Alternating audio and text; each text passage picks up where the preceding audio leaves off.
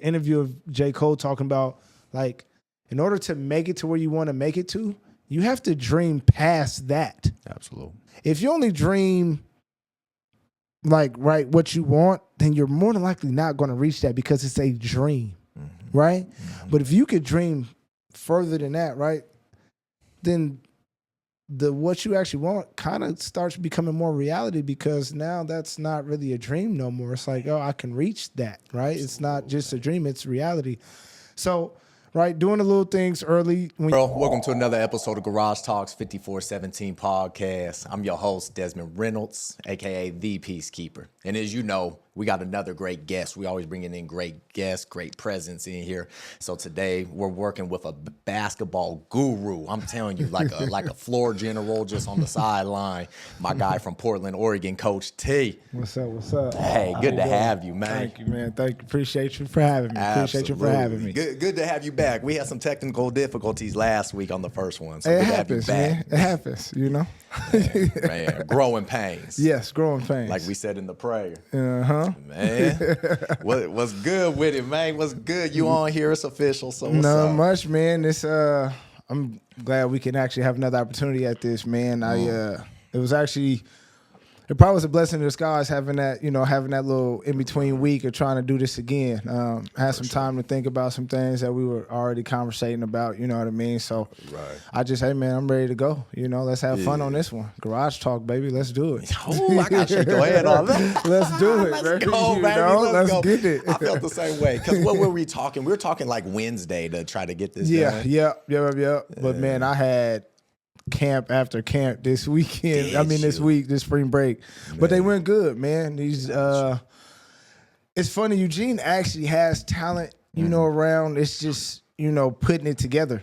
You know what I mean? I know a lot of these kids, they want to go up north to those AAU teams where, you know, Portland up that way, up in Salem, it's easier. You know what I mean? But for sure. If Eugene kids could put one good team together, one solid team, especially with, you know, the surrounding cities with the Coburgs, the Junction cities, you know what I mean? Like some of those kids out there, the Philomath kids, they got some hoopers out in those small towns, man. It's just, we just got to put it together. Diamonds in the rough. No, literally, dude, literally. Yeah, I'm telling you, man. So, it's been a good week. When you say that, do you mean that for like an AAU team? Yeah, or AAU like team, you know, because it's about that time now for all the AAU programs to, you know, have they tryouts and get going on these circuits and stuff. And got you. So I was just, I was training some of the kids this weekend, and they telling me about the teams that they playing on.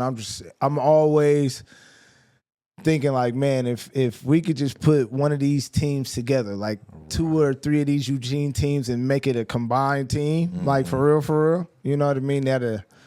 They probably actually might be able to do something out of state, you know. So they don't do too many combined teams as is right now. They try to, man, but it's so, I don't know, it's so hit or miss. Because like I said, like up north, those teams, the Oregon Prospects, the 24 Elite, like those guys, they got household names. You know what I mean? So guys are going to play for them instead of trying to stay out this way in Eugene, Oregon. You know what I mean? So that's where they're going. You know? Okay, so parents is sending their kids up there. They're like, go up there and hoop. Yeah, and then man. when ball season in the winter come, you with your high school. The team. high school team. Got you. Yeah, got you. Yep, that's how that works. Sure. I mean, if you could just get the hometown team. Why not?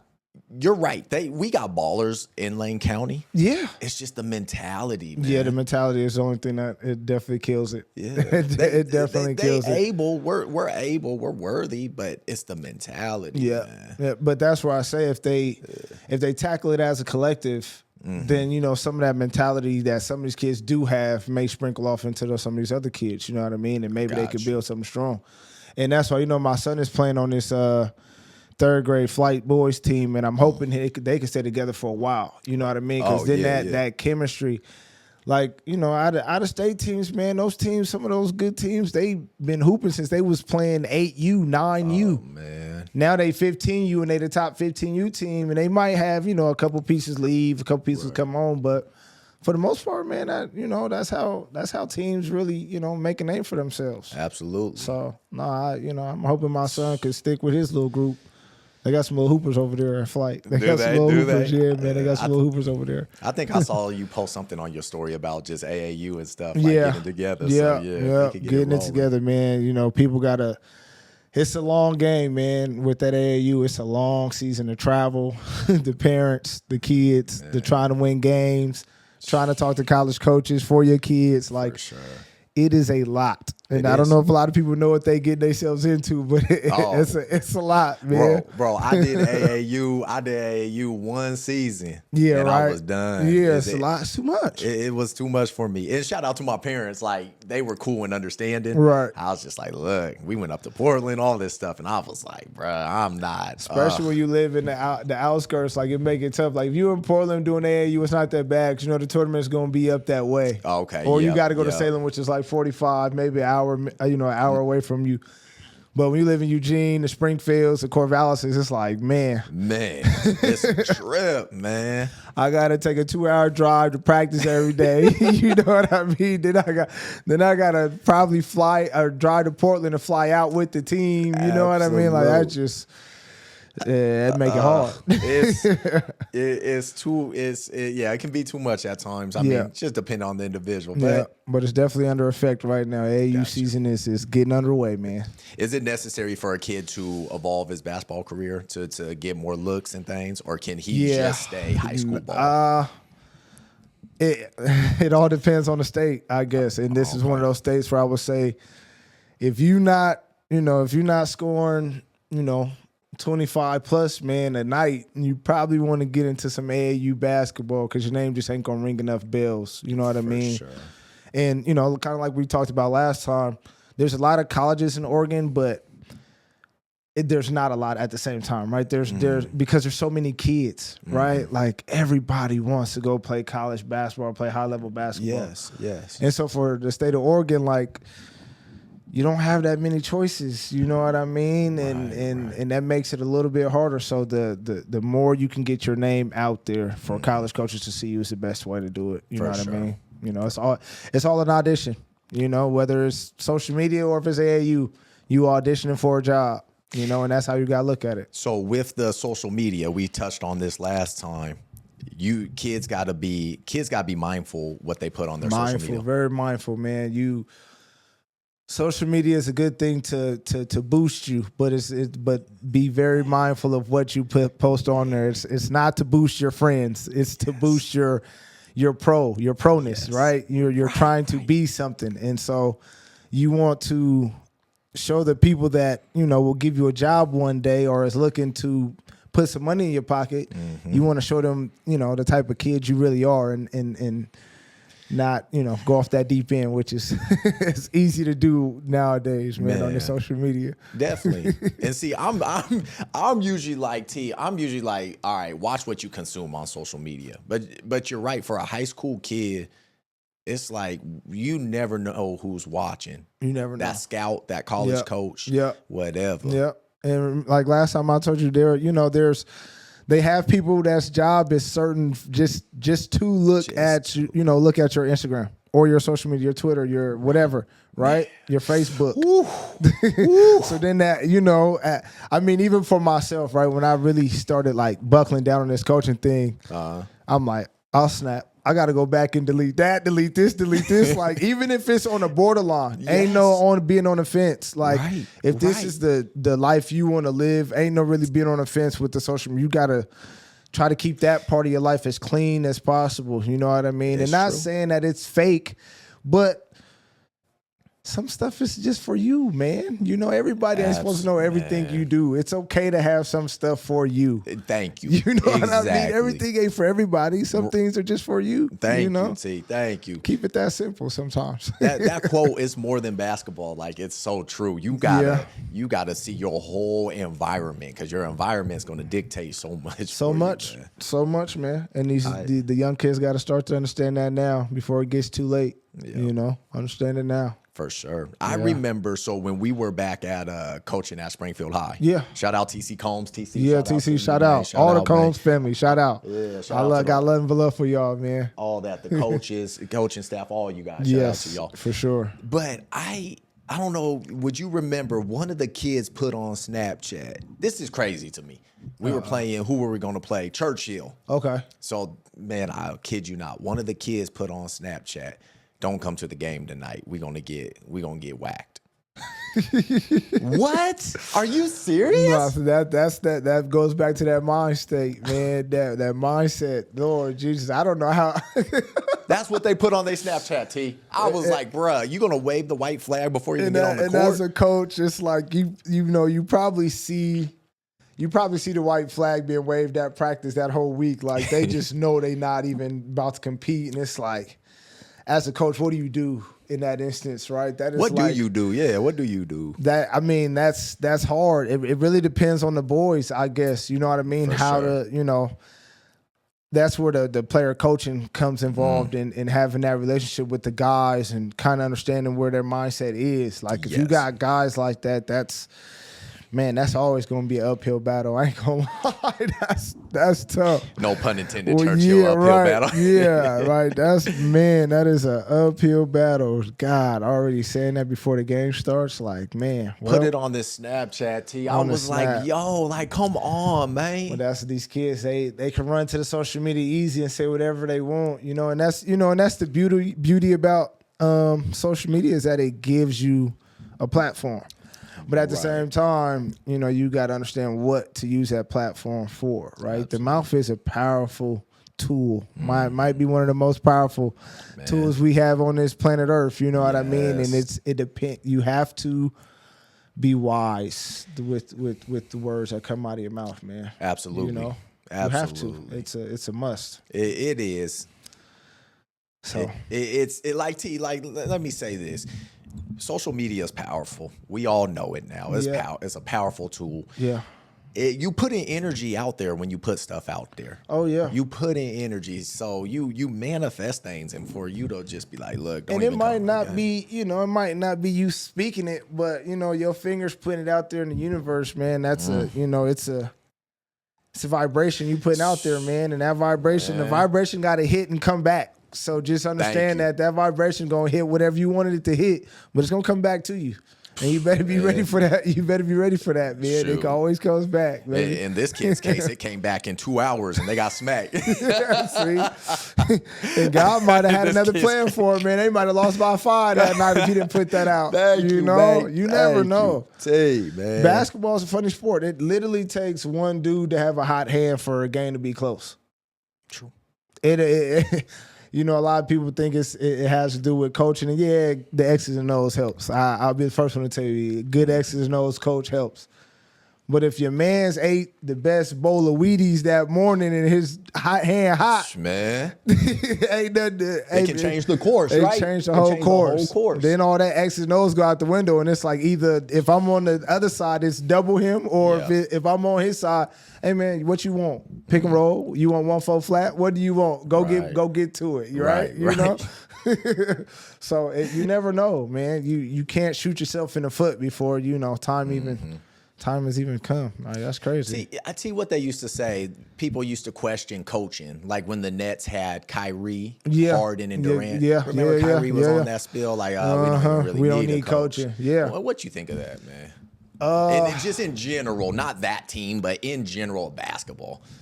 Nah, coaches are definitely needed, man. I was just watching Candace Parker talk about Pat Summitt, who was the Tennessee head coach. She recruited her to come play at Tennessee, and Pat passed sometime this past year, the last 2 years, right? And I mean, man, she was dang near in tears on ESPN, bro. You know what I mean? Where everybody watching, you know what I mean? And so, like, I mean, you can say you don't need coaching, but somebody on that team does. Somebody on that team needs a little bit of leadership, that's not from a player's perspective. You know what I mean? Somebody, as a player, it's a brotherhood with you when you're a player, right? So sometimes, if it's as a family dynamic, if you got a brother, some things you don't tell brother, but some things you'll tell dad. It's kind of that same dynamic a little bit, not saying your coach is your father or anything like that, but for some players, they they need that little bit of guidance, man. And that goes a long way. You know what I mean? Sometimes it's not even about what's going on the basketball court. Right. You know what I mean? And for that instance, like when you got Kyrie, Harden, and KD, they probably don't need nobody drawing up plays for them. Just give them the ball and tell them to go let hoop. them just You hoop. know what I'm saying? Like, I get them. I get that piece. Like, but nah, man. Like, coaching is needed. coaching is needed, bro. Like at the end of the day, you got to call on somebody. You know what I mean? And yes, you know, it's a brotherhood and they going to be there for you. But some things it's like, I need to vent to somebody and not really hear and not really have a conversation. And sometimes coaching is that's what the coach is there for. It's just to hear you out. For sure. You know what I mean? For sure. Because it's a privilege to coach, right? Like, I was thinking on this on the ride up, man. Like, it is a privilege to be in the position that I'm in. Yeah.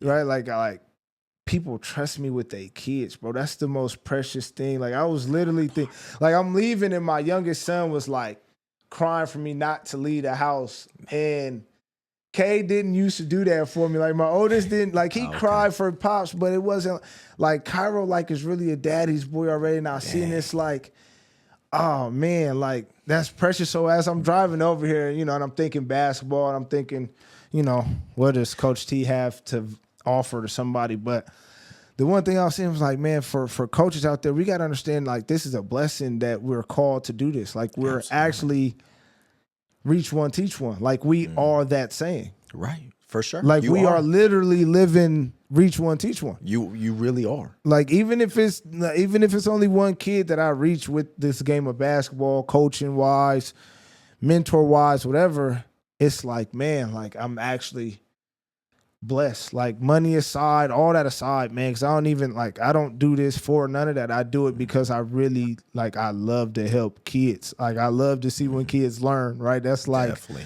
It's like a passion of mine, man. See a kid be like, hey, yo, coach, that low-key work. Like, it didn't low-key work, it high-key work. But anyway, it's all good. Yes, I'm going to take it. You know what I mean? And so I just, you know, that was the one, if I can put any message in today, man, it was just coaching is a privilege, bro. Definitely. Like, that, there's no reason for ego. Like, it's a privilege to do this. Like, if that parent's not trusting you, that young man is trusting you, or that young woman is trusting you with their livelihood for 3 to 4 months out of a season, bro, like, that's big. It's not just the kids you had. It's other people's kids that's literally, they're trusting you, man. And that is... How much that mean to you, man? It means that much. It means a lot, man. It actually means a whole lot. And it was... I never really thought about it. If you would never have asked me to come on here, I probably don't put it in that perspective. I probably don't think about it in that light. But nah, man, today I'm driving over here. I'm like, man, actually what I'm doing is a privilege, bro. This is not like, and that's why it's so weird sometimes to see coaches have egos like they supposed to be doing this. Like, no, you not. No. Parents aren't supposed to just trust you with their kids, especially in today's era, man. The way these coaches and weirdos are out here, like, they not supposed to just trust you. Man. That's a privilege that she's like gonna wake up at 5:30 a.m., drive her son to the gym, get him there by 6, or daughter there by 6 for a workout. And let's be real, you set that time, 6 a.m. Yeah. And they respect that. And they respect that. That's huge, man. That's huge. What? So, nah, man, I wanted to get that little 2 cents on that, man. I just thought that was a light that I don't hear too many coaches and guys in my position say that, but I really do think, I believe it's a privilege to do what I do. Absolutely. You know, so. And that's why you won the best at it, man. I appreciate that, man. No, for sure. Real recognizes real. Appreciate that, man. T, when we started at Springfield High, I ain't never did any coaching stuff. Right. Just seeing how engulfed in the moment you are, aka the practice, aka the game. You are engulfed, bruh. Yeah, man. Like, man. You was bugging the trainer. Hey, why aren't you out here? Nicely, he was pretty nice, you know, but he's asking strong questions. I'm asking strong questions, man.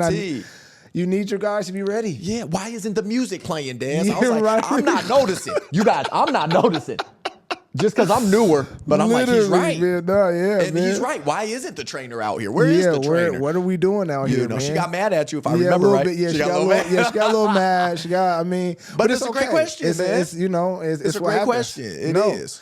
And, it's, I think the more, again, I try to treat it like they say treat every game like it's your last. Anytime I step on that court, man, it's what I call my safe place, bro. There we go. Like this is mine. I feel you. Yeah, and I feel like everybody needs one of those. You know what I mean? There's times where anxiety hits, when you get scared, fear hits. You know what I mean? Where's your safe place, man? And that court for me, that's mine. So when I feel that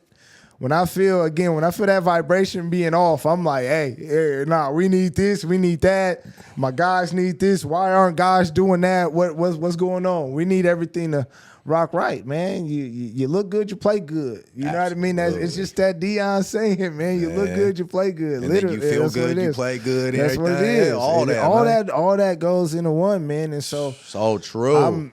I'm big on that, man. I am the biggest when it comes to stuff like that, man. T, do you feel like with all that, like how big you are to be engulfed in the moment in the basketball game, the practice, do you feel like you've exposed people sometimes? Not on purpose, but it just exposes their lack of. Yeah. All right. And again, that comes from just me being kind of I'm not really a perfectionist, man, in anything in my life, but when it comes to basketball, it's so crazy too, because I don't know where that attitude comes from, to be honest with you. Like I have conversations with players and they just like, T, like, why do you know this? Like, why are you like, I don't know. For real, this is just something I know I'm supposed to do this. Definitely. I'm supposed to be doing this. There ain't no rhyme or reason why. It's your calling. It's just, I'm supposed to be doing this, right? So that's where that passion it's just there, man. It burns, and I want it to be right. Hey, it's right with you, man. Yeah, but yeah. Do you think, like with that, like, see, that's what gets me, man. Back to mentality. Like, it's just, you got to be locked in all aspects, man. You expose people when you level up, man. Yeah. That's just life. I mean, regardless of the court or not, that's 100%. Just life.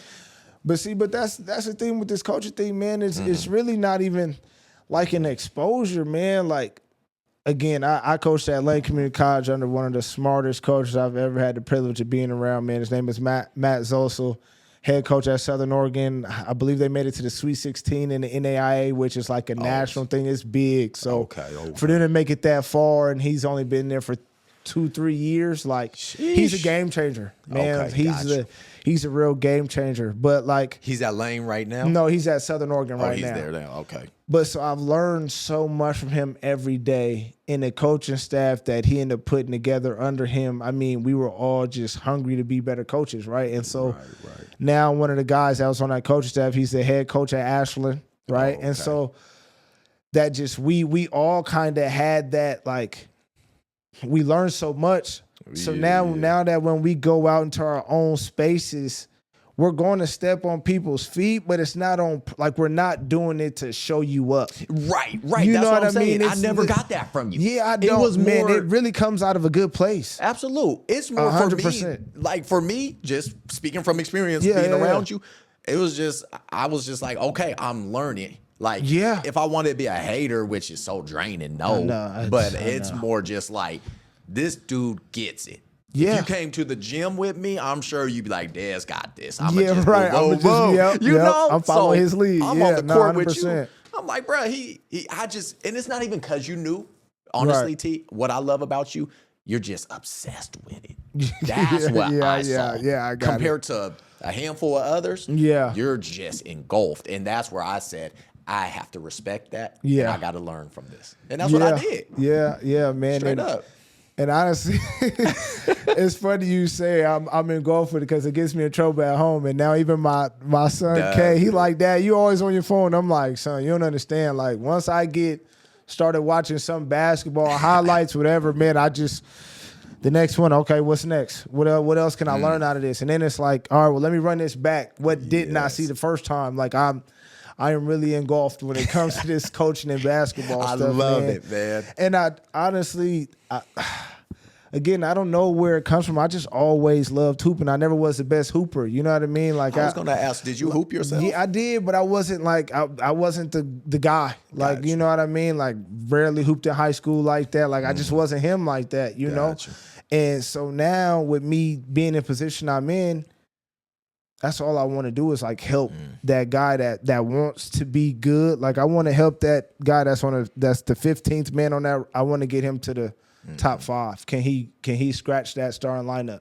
Gotcha. Can he get in that top 7? You know what I mean? Like that's where I have fun. You know, like it's making that. Can I get him some confidence? Like, and that's where I think a lot of coaches nowadays they kind of duck that. Do they? They leave that guy alone. And see, this is one of those things I learned from Zoe, man. Like, this dude is crazy. Like, we literally would play games, and he would play players, and I'm looking at him like, you know dang well he not finna help us win this game right now. So what are you doing? So they're like putting in the wrong player to help win the game. No, there's always a method to his madness, right? So with Zoe's thinking, and not to put too much of his stuff out there, right? It's you're only as strong as your weakest link, right? Facts. And there's a basketball season. Somebody's bound to get hurt. And in college, when at the JUCO at the time, somebody's bound to fail a class where they can't play in the next. You know what I mean? So it's like we saw Juju Watkins go down. Yeah, hey man, we need number 9, 10, and 11. If they're like, we need them to have some type of game reps to when they do get in the game late in the season, we can trust them for 2 minutes to 3 minutes. We ain't got to play them for a whole half, but if we can build that trust with them from the beginning of the year. And so literally we'd be in games where, you know, we cruising. Like we up 15 basically the whole game, then we put in such and such. Sure. Or maybe we only up 8 and he put in such and such, and now we only up 4-2, and it's like, hey, Zoe, man, you cutting it a little close. Yeah, we getting a little like, hey man, like this ain't what Lane do. Why you here? We win games around here, man. But by the time we got to his last year, and granted for us, we got lucky because of COVID. So a lot of these guys end up being 3-year guys. We had like 1 4-year guy, right? So by the end of year 3, everybody's like on the same page. We're rocking and rolling. Like we dang near made the Elite 8 for the NWAC. You know what I mean? But you know, guys got nervous. I was nervous. I ain't never seen so many high-level college coaches at a tournament before. Boy, I was nervous too. You felt that pressure. You was like, what you tell your players in that though? If you feeling it, what did you say? Hey, look, man. All I could tell them was breathe, like, right? Try to find your flow state, right? But this was before I even knew what a flow state really was. But I'm just like, man, just breathe. Like, close your eyes and breathe. That's all you could do right now. Try to breathe out that anxiety. For sure. You know what I mean? Like, breathing exercises. That's all I know. Man, I don't know nothing else, those man. Is key. Inhale, exhale. I mean, we played good, man. There was just one kid on that team, man, that he was like a kickback running back from like a D2, just brolic, man. And everybody he guarded on our team, they didn't want no parts. They wanted no smoke, man. We ain't got no pads. This is he moving no us. Smoke, man. But yeah, I learned that coaching staff being with Zosa, man, he just was so smart, learning stuff every day. That now, like I was saying, now that we're out in our separate things, it's like we all run into that problem a little bit where we're like, we're not trying to step on nobody's toes, but we want to help. Yeah, you just invested. And our whole mindset was when we were together as a collective was, yo, I got to be smarter than you. No, I got to be smarter than you in this game. No, I'm about to be smarter than you. I bet you I'm about to go home and watch this podcast and learn something that you don't know. And then we bringing it right back the next day. Because we don't want to be the smartest in the room. Got you. I need to know what you know, bro, so I can be smarter. Right, and then I'm about to tell you something, and then we about to dialogue on it. Now we like, yep. When we get that head job, we know what to do. Know what to do. You know what I mean? And that's that goal. The way you talking about this, you've angered some feathers. You ruffled some feathers before. I've ruffled some feathers, man. It ain't on purpose. I swear it's not on purpose. No, it's not. It's just, I mean, look at all this passion you got. But people... It happens, man, and it's like you said, man. One thing when you elevate and God has a plan for you, you at the end of the day, you can't really worry about ruffling somebody's feathers. You know what I mean? It's because you know it's not coming from a bad place. You know what I mean? Yeah. So it's like I'm not finna waste time thinking about why you mad about something. Hey, man, I'm just helping, brother. So if you feel a certain way about me helping. That's more a you problem than it is a me problem. That's what I loved about TC bringing you on. Like TC was chilling the whole time. I never felt it like anyway. TC was like, cool, go get him. Yep. Go get him. Do what you do. 100%. No, 100%. He let me be me. Yep. And that's the one thing, there is a thing, playing a role. Like even the players, they got to learn their roles, right? Coaches have roles, right? As you being a number 2, right? And another gym that Zosos put on me, right? He's like, T, like as you being my number 2, guys are going to come to you and tell you like the things that they don't like about the number 1. Damn. Take it.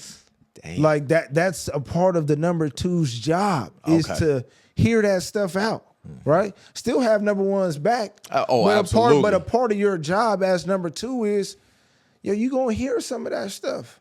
Okay, now how do you channel it to focusing back to what the main goal is? You know what I mean? Gotcha. Not take it and use it as fuel to do something weird, but how do I know what he thinking, and I already know what number 1 thinking. Now I know how he think. Okay, let me channel to get him back on this whole the same path as number 1. For sure. Now we all go in the same area. You know what I mean? Absolutely. And trust me, everybody that played for us at Lane didn't like Coach Zoe, right? But they respected him because they know number 2, number 3, number 4. We all respected him, and we ain't like this is what we got. This is the goal. Guys, like this is what we got going. You can come tell me whatever you want to tell me, and it's going to be what it is. And I'm going to hear you out. But at the same time, this is what we got to go towards. You know what I mean? Yeah, so that's the goal. How do we get to that goal? How do we get to that, right? That's always a big question. How you get to that goal? How do we get to that goal as a collective? It's easy to get to the personal goals. Well, I don't want to say it's easy, right? I don't want to say it's easy. Right. But you don't have to...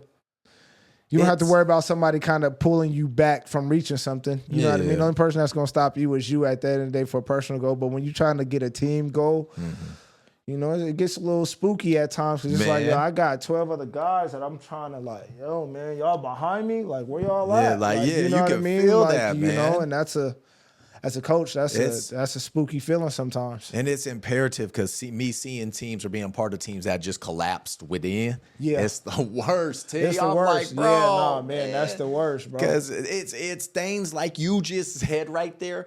If you have, I'll just say, we'll call one guy, we'll say Skyler. If Skyler's just having a bad attitude, he don't like number 1, he don't trust number 2. Right. It's just subconsciously it's gonna get bad. And I'm like, man, like everybody need to be locked in on the same page. So then when turmoil hits your family, which I'm gonna say a team or a family, you all know how to counter it. You know everyone's coming from a good place. Right. You know everybody got each other's back. Right. Like, because I've seen it where that is not there, no trust. I don't think someone has my back. Oh, it gets nasty quick. And man, I think that goes to the whole, Last Dance Jordan. All the people saying Jordan was such an a-hole, this, that, and the third. But like his teammate said, he was an a-hole, but we trusted him.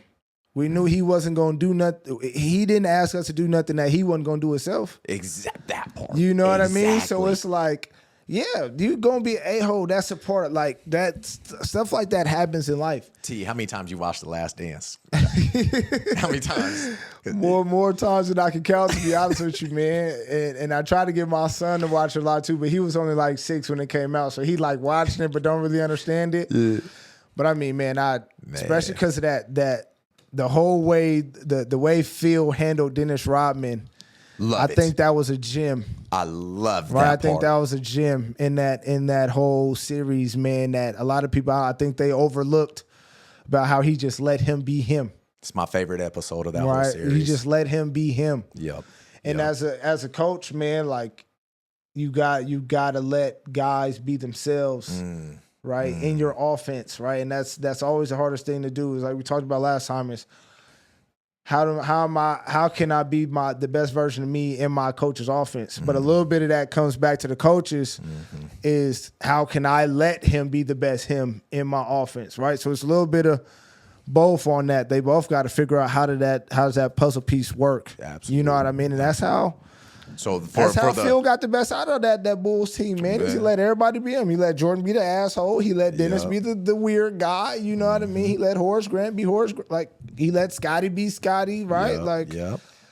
Now they won 6 championships. That's how that happens. Got you. So you're saying pretty much if you got to, outside of the X's and O's, you got to let your player live. You got to let your player have their part of life. You can't change back to Skyler. You can't change Skyler. You're not. You just got to have him trust the mindset, trust the buy-in.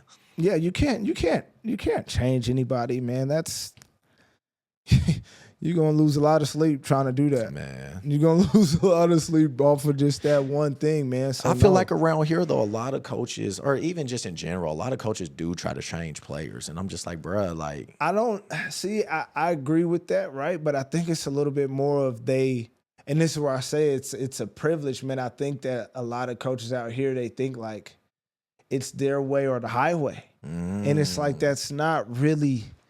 Back in the day, yeah, that probably was how coaches used to write. You got to run this play. You got to run this set. You got to run this motion. Today's game of basketball that's not really it. And that was it's actually funny, man. I was talking to a coaching buddy of mine about coaches back in the day. Honestly, they knew how to coach basketball, but they didn't understand how basketball actually worked. Oh, okay. Right? Like you can coach a play, but actually understanding what a 45 cut is, right? Like understanding, if I've drive middle, the backside guy, the corner side guys has to lift, or if I drive corner, he has to stay. Like understanding those small little things in basketball, that's a whole nother page than just running plays. Got you. Right? And I think a lot of coaches out here, because that was a norm, right, for a long time, right? Man. Plays. You got to know this play. You got to know this play. Especially with no shot clock. Yeah, with no shot clock, right? Running their plays with no shot clock. I'm just going to run this play 50 times. Until it works. Until it works when it's like, dude, this ain't it. And so they kind of, the varsity coaches, and this is the one thing that it kind of drives me nuts when I go to games around town. Is like, you guys are creating robots and not basketball players. Oh man, thank you. Like, and that's kind of what it is. Right. At the college, and then they get to college, and guys, again, I've been at that. I've coached high school and I've coached college, so I've seen the transition, right? And the amount of kids from Eugene to Springfield to Lane County area that quit hoops after a couple of weeks of college basketball not going their way. What? That number is high. Is it really? It's really high. Yikes. And that's why is that? Why is that so? And again, because they're robots, right? They're programmed to run a certain. They're programmed to play basketball a certain way. Got you. And sorry to say, that way is like holding their hands across the street, and it's like, when you get to those higher levels, you have to make reads, right? And the biggest thing is like, can you make 5-second reads and make the right read, right? Can I make a 5-second read and can it be the right read? For sure. If I can't do that at a high level, then I'm not ready to be a high level player. Oh, right. Man. And that's where these plays and sets that they run all the time, where it's like, I catch it, I have to pass it to Timmy. Then I have to go set Johnny a down screen. And then after that down screen, I stay here. And then once the ball gets passed back to Timmy, then I back. It's like, listen, yes, that's a play, but that's not really basketball. And then, they go to like today, there was a Lane prospect camp. And I'm almost positively sure, right? A prospect camp is like basically a whole bunch of high school seniors that aren't really recruited. They're trying to make a name for themselves. So they go and play in front of some college coaches to, Got you. make a name for themselves. So there's some Springfield kids going up there, some Willamette kids, some South Eugene kids going up that way, you know what I mean? To try to make a name for themselves. And I'm almost positive that over 45% of those kids are out there like not knowing what to do, because for 4 years they've been running plays and sets. And now it's like, no, you just got to play basketball. One thing I say, It's crazy. I'm glad you say that, because one thing I say, T, is a lot of bad coaches in the Lane area, in the Lane County area, hid behind no shot clock. Yeah, there are a lot of them A did. lot of bad coaches. Yeah. And, you know, hey, respect to you taking time out your life to coach these kids, but a lot of bad coaches. A lot of bad coaches. And I'm not even trying to pity myself too much, but I was a victim of that. We had coaches where, even when I was in high school, this is where I wish you was my coach, because what helped me is we had a coach in high school, and he was that run the play, run the play, run the play. 100 million times, yeah. I was a different player because, when we go up to Portland and play, and the coach would kind of let me loose a little bit. Right, just let you do your thing. Man, people up there, hey, you hooping. Good work. Yeah, you can play it's a different environment up in Portland. Yeah. I was over here like, oh, this feel good. Ooh.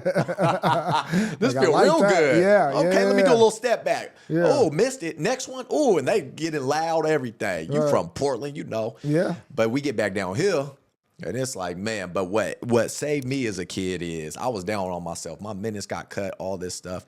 Assistant coach came up to me, and he kind of got the same mindset as you. Last name Morgan. Okay. Yeah. Came up. Yep. I'll never forget. Tapped me on my chest. He said, hey, keep your head up. He said, if I was your coach, your head coach, he said, you get all the minutes and all the shots you want. You a hooper. Yeah. That brother saved me with that, man. Yeah. Just those words right there. Those words right there had me like, thank you. It got me through the season.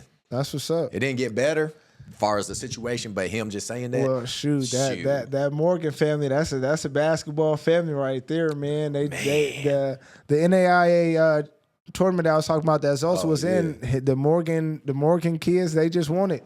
One brother's coaching over there, right? And then one brother's the point guard, and then they got their little cousin as a backup point guard, man. So that whole family they just running it, man. You can walk in that household and roll ball out. They know what to do. Man, listen, they know. And don't roll the ball while Pops is in there, because Papa Morgan, man, Arnold, I think he could be 80 years old and he still think he could beat anybody in one-on-one basketball. Oh, does he really? Yeah, man, listen. Arnold, that's my guy. He's so funny. That is my guy, man. Big shout out to the Morgan family, man. Big shout out, man. Big shout out to them, man. But yeah, bad coaches hid behind no shot clock in Oregon. They did, man. It's easy to do that out this way, man. Why though? Why? Why not just go hoop? Why not go try to score 60 points in a game? We had games where it was like 30 points, and they're like, yeah, good game. And that's where I say it's like the control factor out here, man. I don't know. It's weird. These coaches, man, when they get their head varsity job out this way, man, they like, it's like everybody a puppet, and they just pulling all the strings, and that's just how they like it, man. I don't know. Weird, and then the ADs out here just, they rehire the same guys that don't win, and then they hire a guy that didn't win any games, and then they put him over on a 6A team with girls that all are D1 talent, and it's like, he just didn't win with boys, but now you give him all this 6A talent. Like, how is that right? Like, how do you upgrade his job? Like, please tell me how that makes sense on any planet. Like, I just don't get that. They don't pay attention. That's why. They're not. They're, oh, okay, you want the spot? No, literally, man. But a lot of that too is, I think a lot of the better coaches out this way aren't from out this way. Okay. And there's some hoops that you have to definitely kind of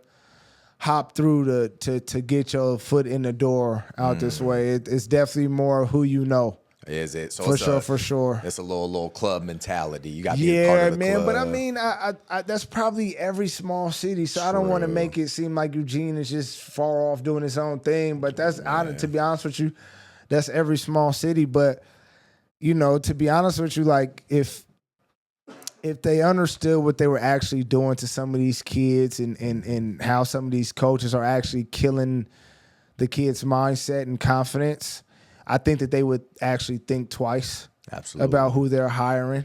You know what I mean? And they should have you as a counsel, man.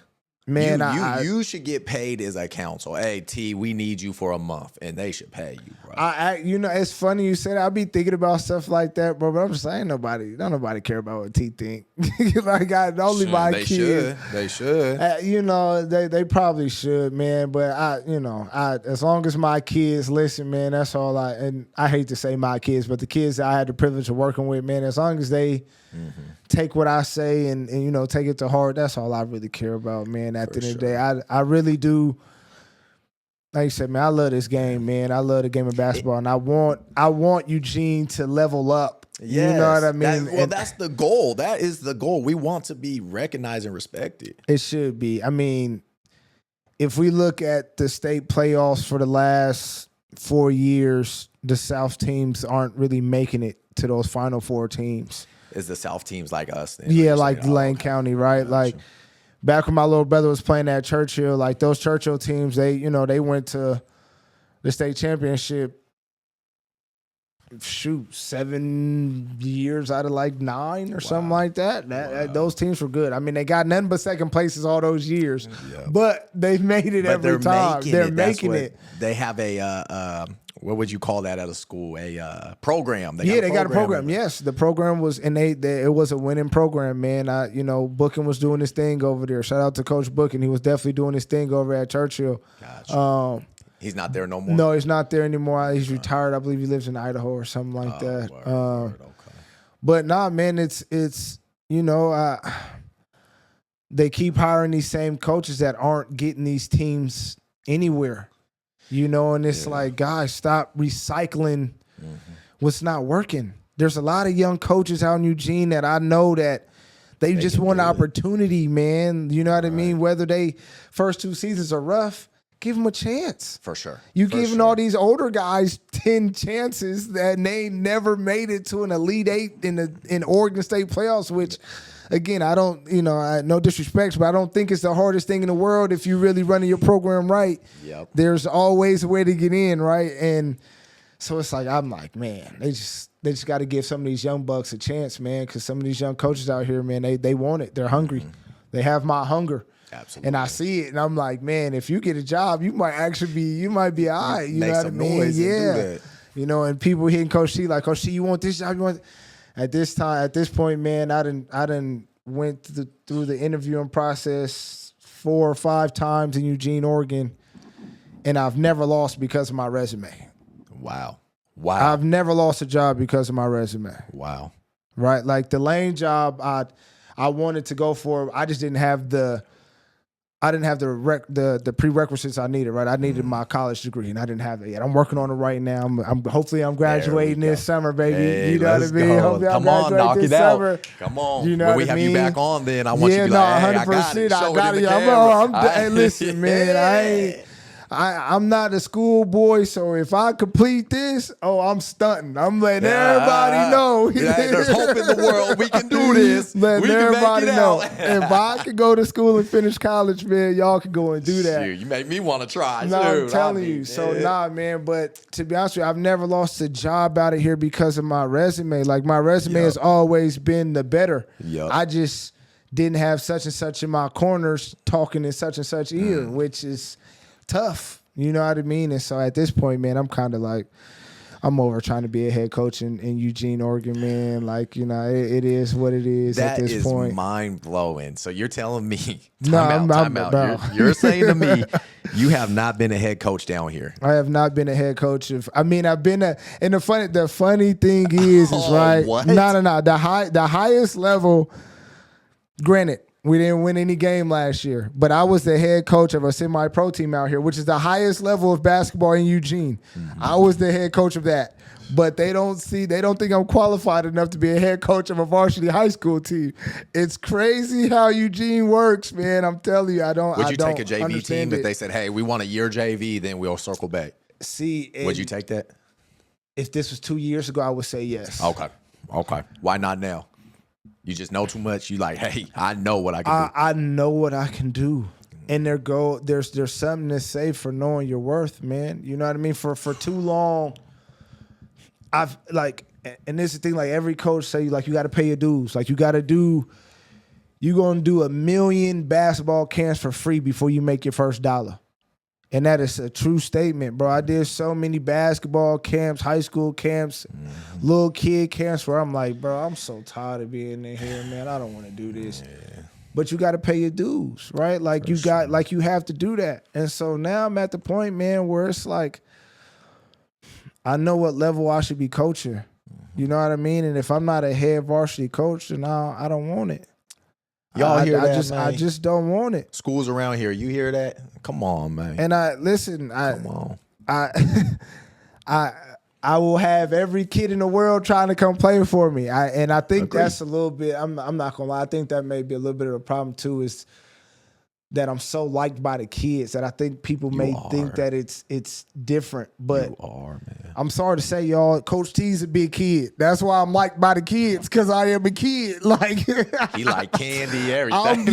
Bro. I am one of them. I don't know how else to act. I am a kid. The only time Coach T is not a kid is when I got them, when I'm suited and booted, ready to coach. That's when I'm not a kid. Now you the general. Yeah, you like, all right, now I'm ready to go. Yeah, I'm ready to lead.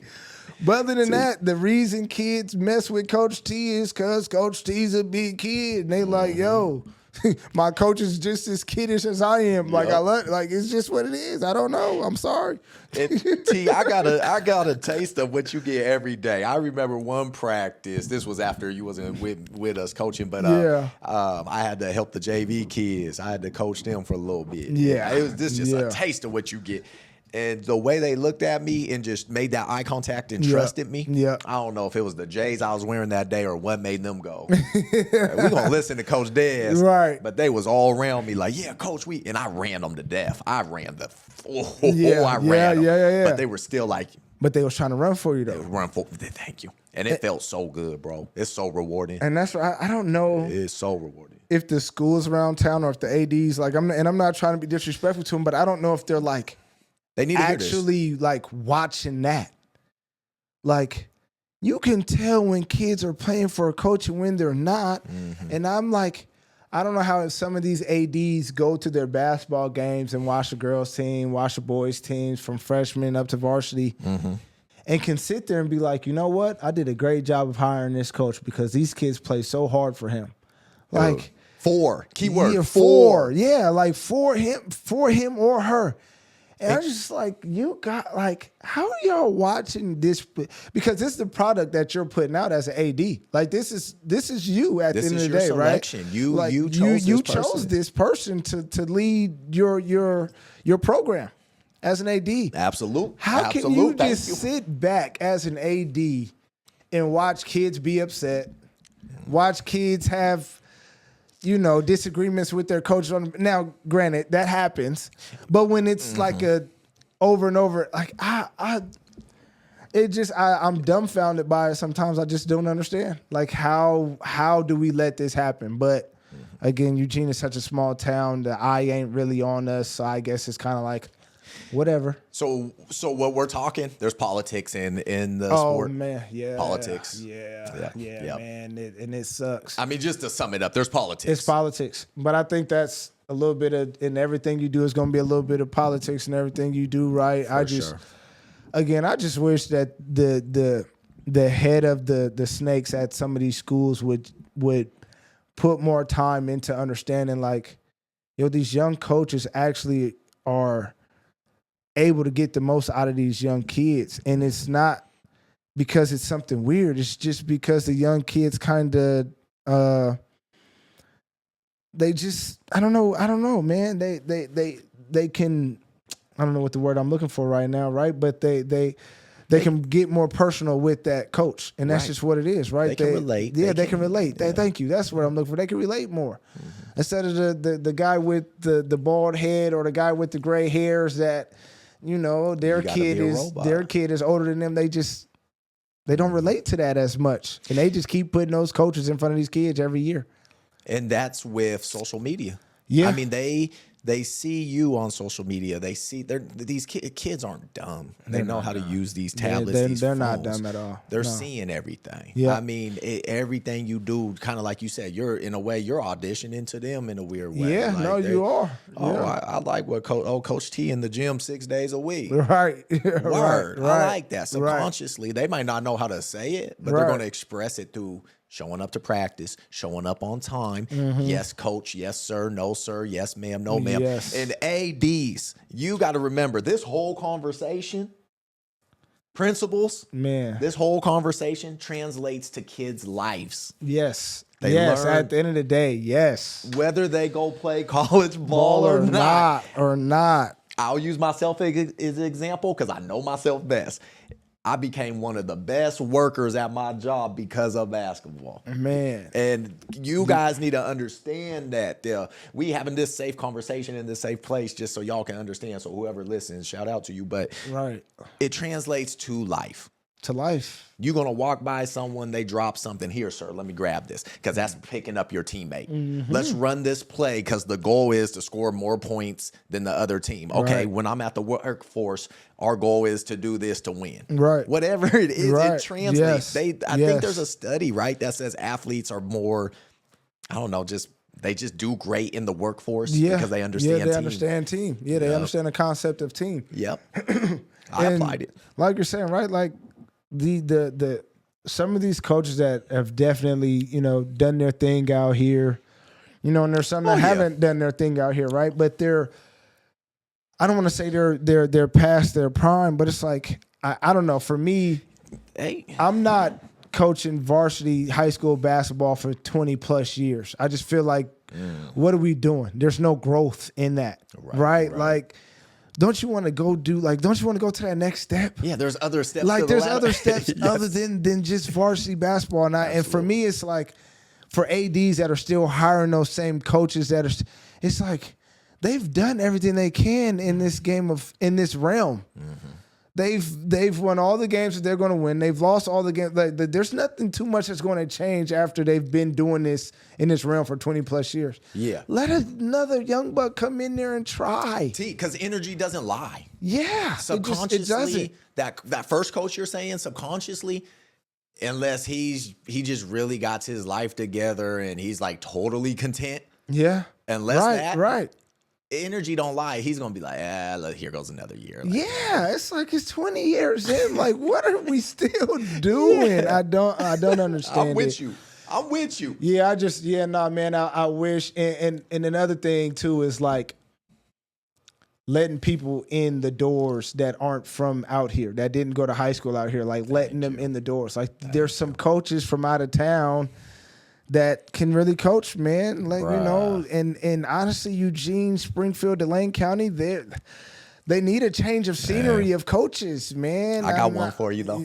Shout out Luke Jackson. Oh, yeah. No, for sure. Pleasant Hill hooping. Bro, he got them boys hooping. Pleasant Hill. Hey, man, he got them hooping. And I think they were second. Yes, I think you're right. Yeah. So, talking to one of the my young coaches that worked with me at Lane, we were just talking like, when you go to the state playoffs, or excuse me, one of the coaches that was coaching with us at Springfield, I was doing a camp with him this weekend. This spring break. Uh-huh. And he was like, Coach, he's a young coach. Like I said, these young coaches are hungry, man. So he went down to the state championship. Springfield wasn't in the state championship, and he's still like, yo, I'm going. I need to see what this is like. Yeah, I need to see this environment. And the funny thing is he's played in this environment. And he still, as a coach, is like, yo, I got to go see what this is like. Like, I need to see, what are these other coaches running? What are they doing? How did they get here? Gotcha. And that was me. Like, you know what I mean? And so, again, he's out there, and he, the funny thing he says is, Coach, ain't none of the South teams out there. It's all up North teams. And he was like, the funny thing is, they're all young coaches. Really? Ain't none of the Final Four coaches old guys. They're all young dudes that's like 30s, 40s, you know what I mean, trying to get it. Got a little swag to them. Got little kids that's running around, they got 8-year-olds.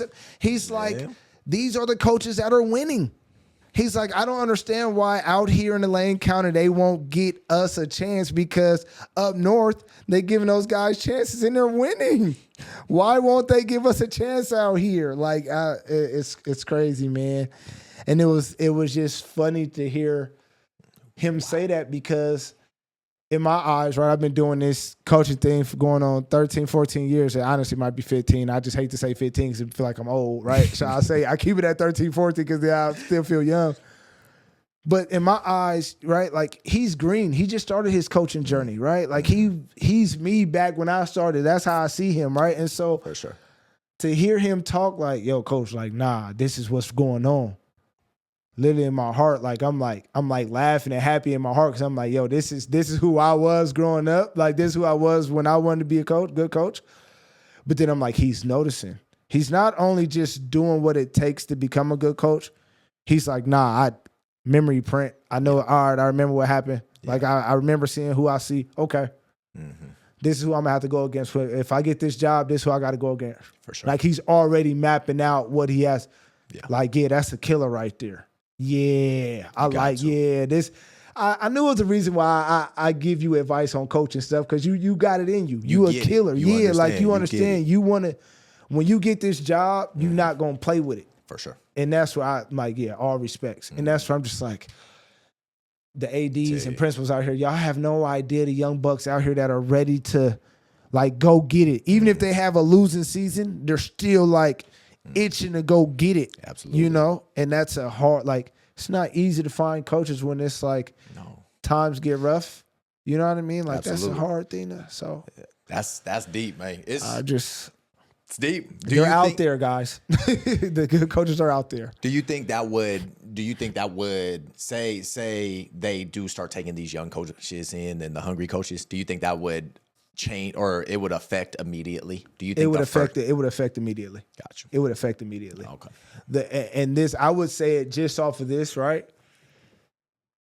There are teams out here that they don't have enough kids to make a freshman team or a JV team, right? Are you serious? Seriously, what? Right? Seriously, right? And the same problem with football out here too, right? What? There are literally teams out here that don't have enough kids to make JV, freshman, and varsity teams, right? They only can have either JV and varsity, or they can only have freshmen and varsity, right? So do they like forfeit those games? Do they have to like forfeit? I mean, I think they just don't put them on the schedule. They just don't even put them on the schedule. Like, wow. I mean, I know when I was, at Churchill High School, and we had, and this was there was a young head coach that ended up hiring me. He was like in his early mid 30s, right? Mm-hmm.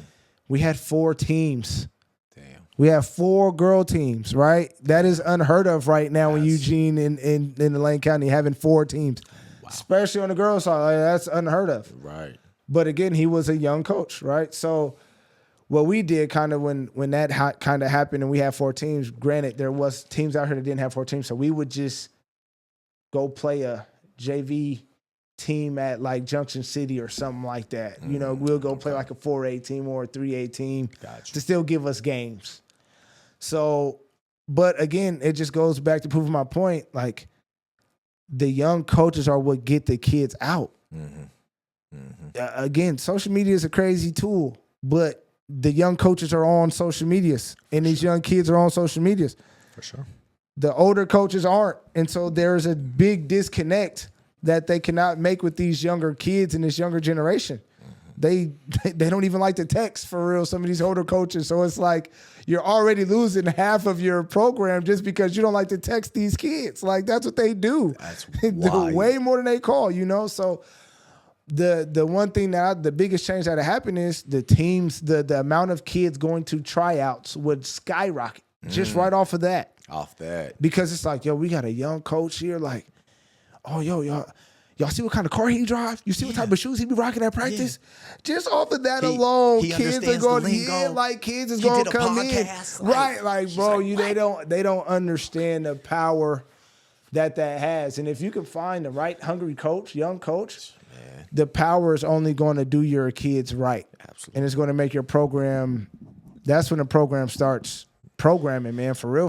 Like, that's when you start, we got the feeder teams. We got 6th, 7th, 8th grade players that's coming to our games ready to cheer for our, like, that's when you're building that community, that basketball community. You know what I mean? Absolutely. I agree. And, at Churchill, dude, I used to have it to the point where my JV games was rocking out more than the varsity games. I know that felt good.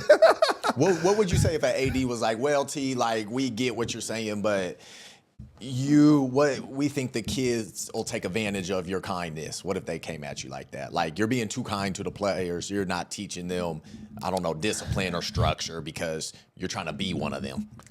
No, I see that. I hear that. You do. And this is what I would say back is, right, is I'm not the trying to be is I am, right? That's the first thing. First is I am one of them, right? And I understand them. Mm-hmm. And so I may not right? And this is actually me really speaking of Coach T. I don't believe in the whole running players for doing something wrong all the time. These kids all understand that they have a voice to speak now. For sure.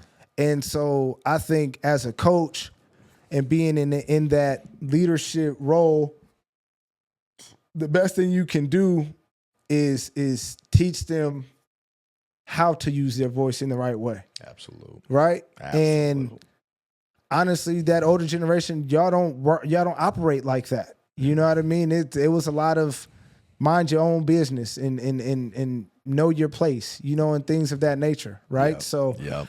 I would just say don't even ask me a question. Yeah, don't even ask. Like, what are you even talking about? Like, right? Yeah. Like that was kind of how they wanted to coach us in our generation. Robots. And that's not how the world is going. You know what I mean? And so I would to that I would just say, man, the world is evolving.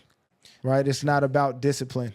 For sure. It's about connectivity. Mm-hmm. And that's what I have with the kids. And that's what some of these other young coaches are going to have with the kids. I'm not even going to have to worry about disciplining them because our connectivity, they're going to respect me right off rip. I got you. We're not even going to get to that. For sure. Because of connectivity, they respect me. They know what I want and what I don't want. Mm-hmm. I don't have to yell at them about that. They already know what it is. Yeah. Connectivity. Absolutely. I love it, man. That's real talk. Yeah. See, they need you, man. They need you. It's crazy. I love that answer. Yeah. It's true though. It's true. Like if a kid can trust you, like you've been saying this whole conversation, that's gonna go so much further than them being scared of you. Yeah. Trust and respect you instead of because right. I watched, so this was crazy, bro. My dad was a hooper. I should send you this YouTube video. My dad was your whole family a hooping family. That I know. But yeah, for sure. And it was wild because like I was thinking about you watching this. This guy found a recording of one of his high school games. My dad played at Springfield. Okay. And I want to say for a boy there, I think he's the leading scorer. Oh wow. He's I'm talking about our top three. That's what's up. Okay. I watched the game.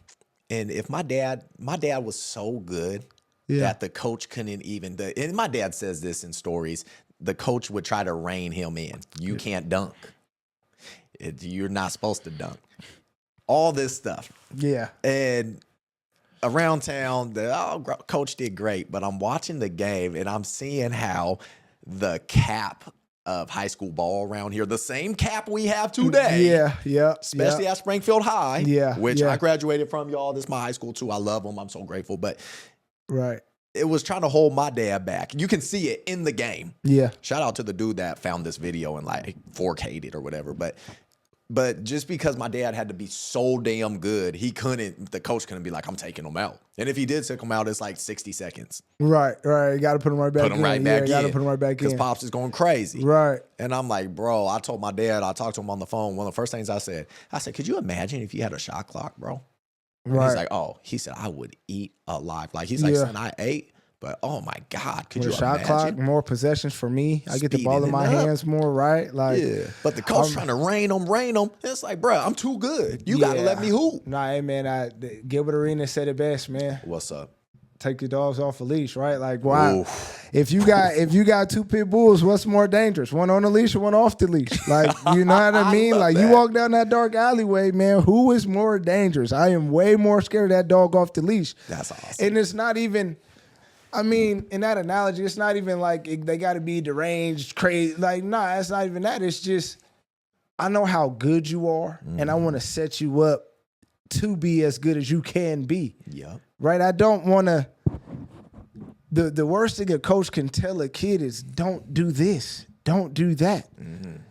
Well, how do you know what he can and cannot do? And just speaking on if you've never seen this kid play, like, right? Like, absolutely. Granted, if you got a 7-footer and you don't want him shooting threes, I understand, right? You got a point guard that's trying to dunk on a 7-footer when it's like, brother, listen, just swing the ball, let's move it. I get that, right? Like there's definitely a place for everything. But like when you have one of those dogs that can go and you're like, no, don't go try that. Like, what? No, go do that. You are that special that I want you to try that. It actually, so it's funny. There's this kid that I'm training now, a younger girl. She's cold. Des, I'm telling you, she is cold. She got a shot fake hezzy. She got the tween. She got the cross. She could score. I believe she's 7th grade. Just good at hoops, right? Wow, you can see it now. I can see it now, and so I'm working on the footwork, right? Trying to clean up the footwork and the handle a little bit. And we're doing this drill, and you could tell that she's used to like getting things right the first time, right? And some of the stuff that I'm showing her is a little bit more difficult, right? And she's still trying to get it, but it's not clicking all the way. Gotcha. And I'm telling them like, frustrates her. Yeah, not a lot, but you can see it settle in a little bit, right? And so this week I started telling them, I'm like, you're too special. This is why I won't let you just kind of settle in what you're doing. I'm going to make sure you get it. You're too special not to get this. Like, in some kids just have that specialness about them. I'm not finna hone in on your, no, go be special. Because your specialness is going to make one of these kids that's not very good, they going to have a special moment with you just because you're that special. You can pull him into your specialness. Like, you're that, like, and that's where, you know, that Coach Carter, when he kept asking the light-skinned cat, what are you afraid of? Or what's your deepest fear? Yes. Right? Yes. And he's like, not that we're inadequate, is that we can shine, or I'm not a, you know, right? Yeah. But it's have the shine so others can shine. Yeah. Don't hold back what makes you you. Mm-hmm. That's crazy. You know, like we really think about it. It's like not even on a basketball standpoint, but just in life. You're not going to be you because somebody wants you not to do. No, bro, be you. That's deep. Shine, baby, shine. Yeah. Because now you give permission for others to shine, and that's what life is about, right? Like, that's beautiful. That's what life is about. And so I've been preaching that a lot lately, brother. Okay. I've been preaching that one a lot. Like, stop being afraid to shine. Absolutely. And in that shine, you're going to mess up. You may get too bright sometimes, but you'll never know if you don't try, right? You'll never know how bright your light is if you're always worried about what the next right? So, you know, that as a coach, man, holding somebody back from shining, that should be the biggest no-no in the world, right? You know how much that would help a kid that's number 10 on the bench or 11, 12. That's what I'm saying. That's what you tell one of them kids too. Yeah, right? That's what I'm saying. Because you ever had that kid that's deep in the bench, but you're like, nah, you can be 5, 6. Yeah. 2, 1. Yeah. Sometimes it's see, this what used to kill me growing up, and why I don't think I was as successful in basketball as I would have liked to be, right? Is I always thought you had to score.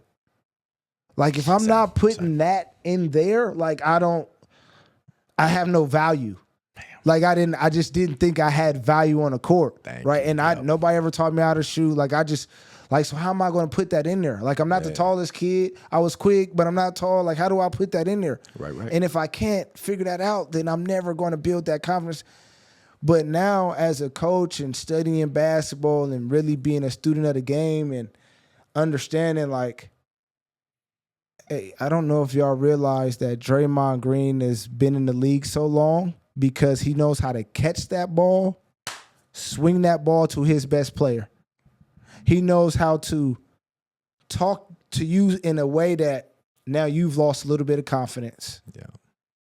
He didn't score. And neither one of those situations has anything to do with him putting the ball in the rim, but he's getting paid millions of dollars to do what he does. He's getting the bag, kids. He's getting the bag. Right? And the bag. He's at a point in his career now where he ain't just the top defender on his team, but because he knows how to do this at a high level, he knows how to swing that ball at a high level. Oh, he's getting paid millions. And if I just could have understood, like, my game was I could pass the heck out of a ball. If I could have understood, like, yo, just master that first. Right? Like, for these younger kids that you can't score, maybe your handles aren't the best. What do you do good on that court? Is there a difference between passing confidently and passing scary? Oh, yeah. There is. Oh yeah. There's a big difference. And with that, I mean, it's more of like, I mean, with everything in life, it's just the reps, right? Like, how many times have you seen this action, or how many times have you, like, I was like, growing up, I was one of those guards where it's like, hey man, where do you like the ball? But kids today, that's not what they're doing. Like, your guard isn't going up to your big, like, okay, when we run this pick and roll, are you going to sprint out of this, or are you going to jog out of this? What are you going to do? Gotcha. So I know how much power I need to put on this ball. Do I have 2 dribbles, or do I have 1 dribble off of this screen to pass, right? Because if you're sprinting, I'm probably going to get 1 dribble, right? If you're running as fast as you can off of this screen, I'm probably going to get 1 dribble, and I need to make a decision if I'm passing it to you or not. Right, exactly. Right, you see what I'm saying? Exactly. If you're going to hold that screen a little bit, and you're going to kind of jog and kind of see what's, okay, now I got 2 dribbles. I can kind of, maybe I can get my shot off. You know what I mean? Like, yeah, those little things, those little things, as a team, it's like guards and posts. Like, if you're not asking those little questions to your other teammates, that's a disconnect, right? And then for yourself, if you're not understanding what you do good on that court, you're already disconnected. Gotcha. Right? And that's where I think a lot of these, going back to some of the coaching out here, is like, I don't know if some of these coaches even know what some of these kids are good at on the court. And that's where it's like, hey man, what are we doing? No, they don't know, the kid don't know, but you got them running plays. What are we really doing? You know? So no, man, it definitely it's a whole thing when it comes to the game of basketball and knowing yourself first, right? That's Absolutely. where the confidence comes from, is knowing yourself. And you gotta you with that, you gotta be the best you to be the best teammate. You gotta be the best. Are you back to the Rodman? Yeah, I think you hit it on the head. Rodman is the perfect example. Excuse me. Rodman, Michael Jordan, and Phil Jackson. Yeah. And Scottie Pippen. Those four, man. Literally a beautiful story right there. Jordan said it best. I know he's weird. I know he does his stuff off the court, everything. But he shows up and does his job the best. Yep. Like, that's huge. Yep. Now, so the best player ever in the NBA, best player ever, just said that. All right, bet. He shows up and does his job. That's all I care about. Yeah. But he earned Rodman's respect just as Rodman earned Jordan's respect with hard work and knowing your role. I know my part. I'm going to grab 20 rebounds. I'm going to score 2 points. Right. I'm going to have a couple steals and blocks. Yep. Bet. Cool. And when you hit the game winner, I'm going to be cheering right behind you. And I'm going to be cheering. That's what it is. So there's that. So now let's go to the coaches. Yeah. I think a lot of coaches around here should rewatch episode 6 of Last Dance. I think it was the Rodman, 5 or 6. Phil Jackson said the same thing. I know who Rodman is. Rodman, this all I need from you. Right. Matter of fact, he let Rodman go to Vegas halfway through the season. Man, what? Very unorthodox. Cool, but it helped. It just helped. It helps. And that's where that trust comes in. And that, again, that's where I say the disconnect is with a lot of these coaches out in this area with these kids, is they're just not connected to them, man. These kids, and so the kids, it's like, well, my coach really doesn't care about me. Like, he cares about basketball and that I'm on the team, but does he really care about me? Man. And these kids, they're like, kids aren't stupid, man. The one thing a kid understands is who loves them and who doesn't, right? Like, it's not hard to understand who's genuinely like here for me as a kid and who's not. Most definitely. And these kids get it. They do. And you don't want Jimmy to talk to your star player, John, about like, yo, he don't really mess with me like that. Right. Now John is like, dang, well, shoot, do he only mess with me because I'm his best player? Now, if that's creeping in the mind, you ain't never going to get the best out of your best player like you want. Absolutely. You know? Absolutely. And that's a hard thing to swallow, hard pill to swallow on that one, man. So T, I remember back, it was girls basketball. Who was it? This was actually, this actually a real good one. It was Willamette and Springfield back when Mercedes Russells was playing. Yeah. So Mercedes killing people. You know, she's 6'6", 6'7". Killing. Just eating. Shout out to her. What, two-time state champ? Yeah. Shout out. Put Springfield on the map for girls basketball. Gatorade Player of the Year out this way as well, too. She was cold. Just going crazy. She was cold. So they ran into Willamette, I want to say 2 times, because they went to state 3 times while she was hooping. Did she win all 3 or she won 2 out of 3? She won 2. Yeah, 2 out of the 3. 2 out of 3? Yeah, Okay. She won 2. So I remember, and this is just talking on coaching and shot clocking. And I know Willamette's coaches. I think it was a pair of brothers. And you know what? Shout out to you too. But let's talk about this example. The first time they met in the state champion. Because Willamette's cold. They was hooping girls basketball. Yep, they had Lexi Bando. She was something tough. Lord Jesus, she was good. So that first game, pull it up for yourself, whoever listening. That first game, they took that ball. Held it. Wasn't the score like 20-14? I think it was less. I want to say it was teens to like 8. Lord. They went just like this. The ball's still right here, y'all. No joke. It's He's all in the not papers. Making this up because I've heard stories about this game, and I'm just like, how do we let this rock? Like in Oregon, like for the state of Oregon, how do we let this rock, guys? This is embarrassing. This is like 12, 13 years. We just got shot clock, what, last year? Last year. So I'm like, it's embarrassing. It is. And so that's just bad coaching. To me, that's telling your kids we're not better than them. Yeah. That's taking their confidence, Willamette, and saying that team over there is better, and if we try to play them face-to-face, they're going to beat you. Yeah. That's what that's telling me. Mm-hmm. And so this is for all coaches around here. Like, if my coach who I'm supposed to look up to, and it's like, yeah, you can't beat them, so we're just going to do this. We're just going to hold the ball. So they did it. Guess what? They lost. That's what's going to happen. Damn. Like what? I mean, you didn't even if you're not even going to dribble the ball, you're not going to pass the ball, you're not going to attack. It's like, what are we even here for, Coach? What are we doing? Like, and then you got my mom here that loves to watch me play. Yep. I'm here standing. I'm standing, Coach. And on my the mom stage. And my dad and everybody, my grandmama then came out.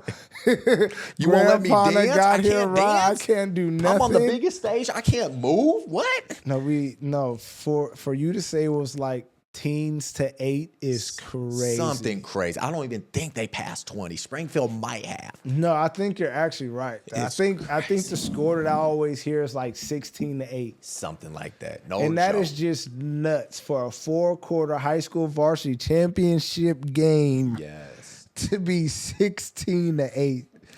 14, 16, 18, whatever.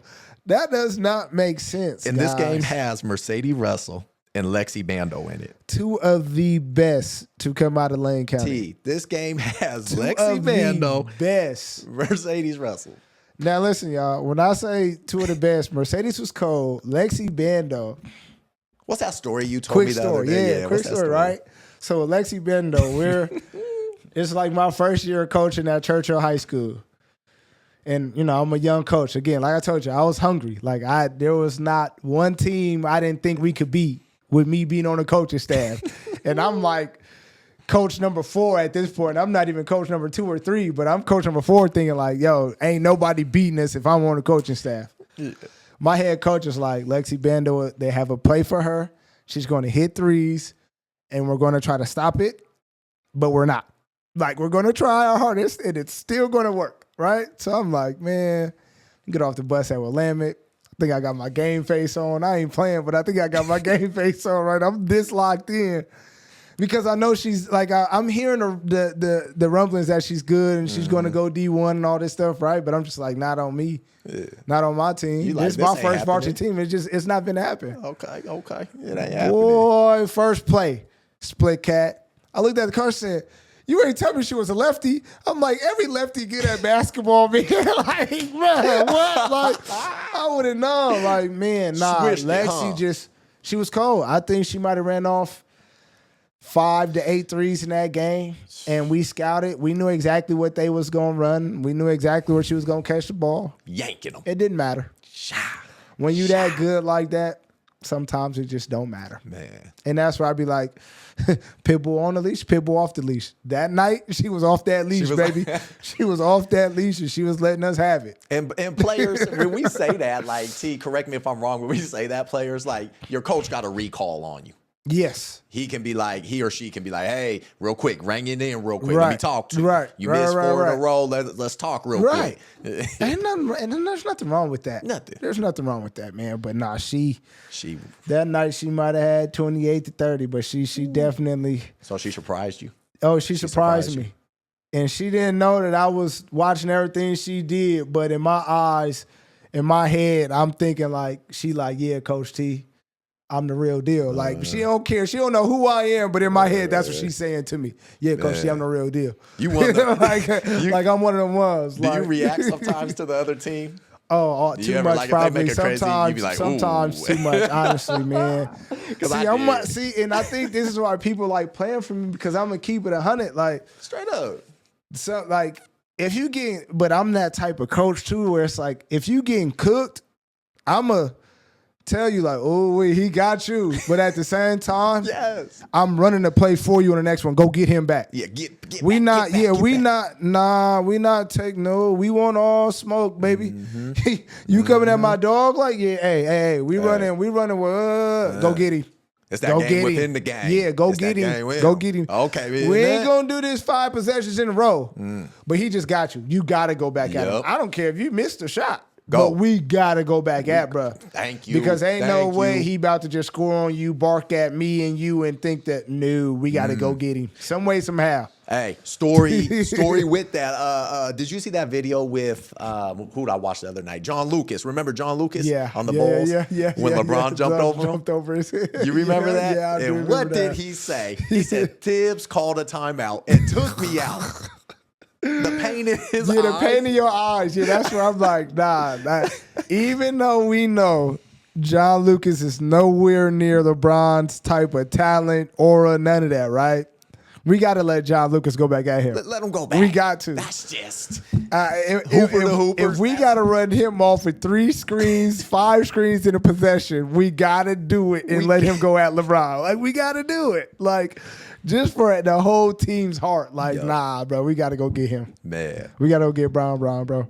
Or somebody going to have to hit him with a mean screen. Yep. Let him know that we here. And we got to calm this crowd down. We got to get back. Like, crowd bro, going he crazy. just jumped over your head, bro. We got to go get him. Like, no, that is not, we not letting that slide.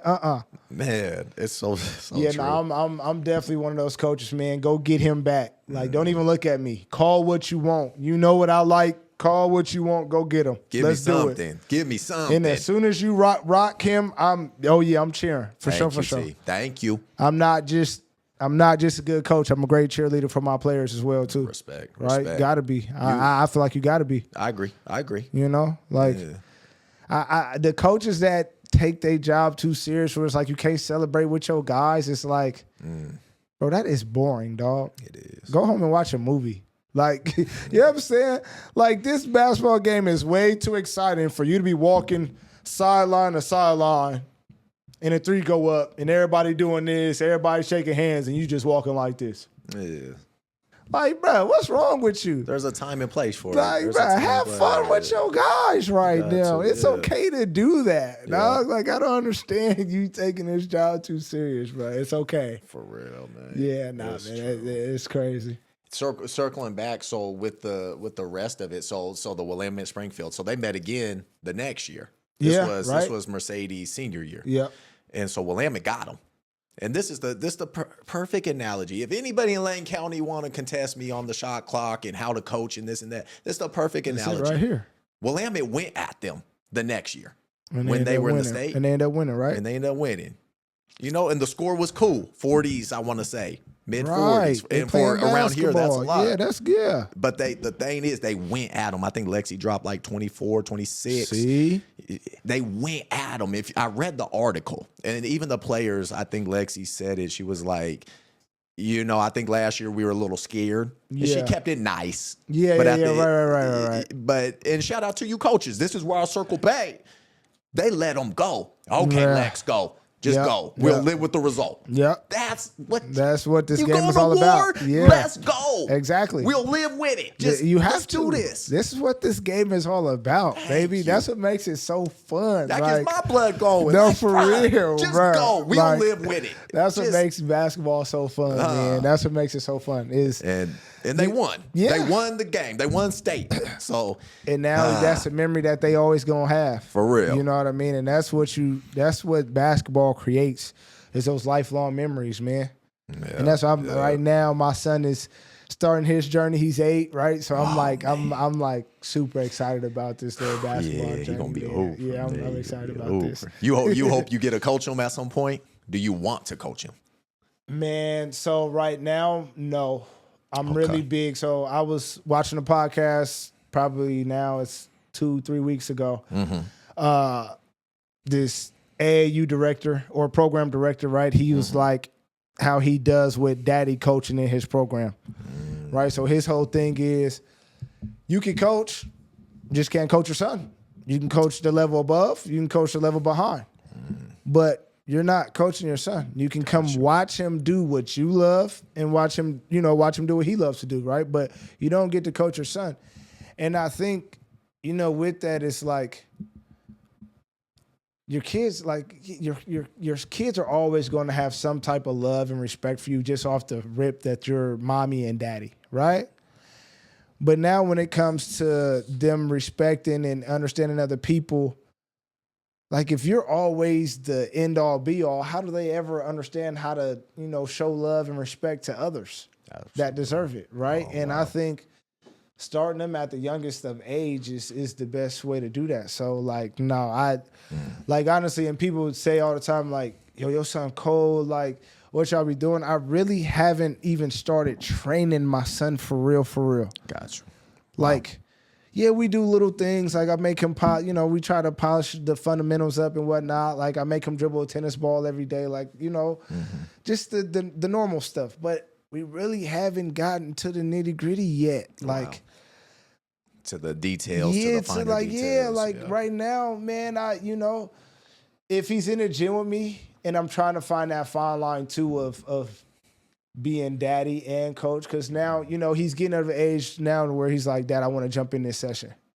Right. And so we'll work, but it's not really the me and him work. Like we haven't got that started yet, but he's jumped into sessions. And so right now I'm kind of struggling with like being so hard on him and then I'm not as hard on other kids. And so he's looking at me like, yo, for real? Like you just chewed me out about doing that, but you telling them good mistake. Like what's up? So I'm trying to figure that piece out, which is a lot harder than what I think. Yeah, he loves it.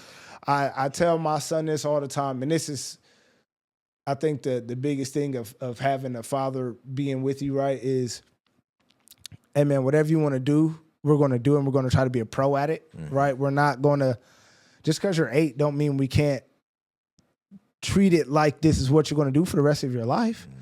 You know what you love to do. Absolutely. Right. There was, I don't know where I got this saying from, who I was watching. I watch a lot of podcasts. I'm really big on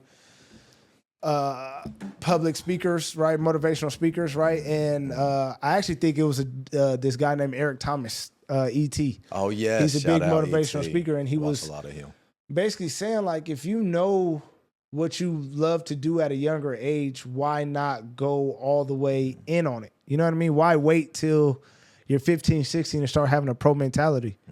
Why not try to start younger? Absolutely. Because then by the time you're 15, 16, that pro mentality, bro, you probably will be a pro by that time. You manifested it for sure. Yeah. You know what I mean? And it's like, again, like I said, I watch so many podcasts, and, one of the guys that I've heard speak about stuff like that is like Devin Booker. I'm not the biggest fan of him basketball wise. Like I like his game, right? I think people kind of put him on a pedestal. I don't think he's reached yet. I think he's going to get there one day. I just don't think he's there yet, right? But you need to handle double teams. Sorry, man, right? Yeah, see, right. But he didn't go to parties in high school. He was driving like 2 hours to go to Atlanta, I believe, from where he was from, to go play with his AAU team and practice with them, right? Like he was being a pro before he knew he was going to be a pro. See there. And his dad was the one kind of leading that charge, right? Mm-hmm. So it's like, for me, I tell my son all the time, I'm like, bro, I know your dad loves basketball and this is all I do every day, right? Like, but you don't have to do this. Yo, you could be a fisherman, but we gonna be the best fisherman. You gonna be the best fisherman this world has ever seen. You gonna be the GOAT. Like, and I don't think they've ever called a fisherman a GOAT, but you gonna be the GOAT when they talk about whatever you want to do. You want to be the best Fortnite, whatever. And I'm, you know, a lot of parents probably like ain't on that game and stuff, but I'm like, yo, these gamers are getting paid buku bucks right now. Crazy. I'm not finna tell my son he can't go make money.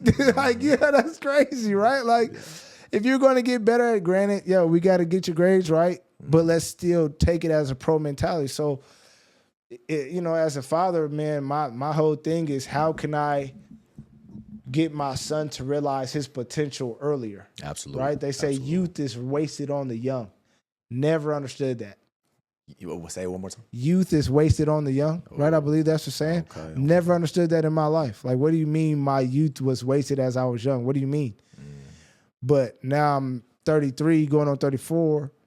I understand exactly what they're saying. Get it for sure, right? Like, for sure, it's that whole, like, dang. If I could go back, I would have just tightened this little piece up about my mental up just a little bit, right? You know what I mean? People say that too. That's what I'm saying, and that's you wasting your youth on wasting the youth on the young. Like that's that saying, right? So it's like, if I could help my son not do that, but still have fun as a kid, right? Absolutely. And understand too, right? It's like how many memories have we forgotten that it's like, man, I kind of wish I would have hung on to that memory a little bit more. I wish at that birthday party, I would have like really been in that moment because that was a really fun time. Right. And like, I remember it, but I don't have like the full memory of what I should have had of that.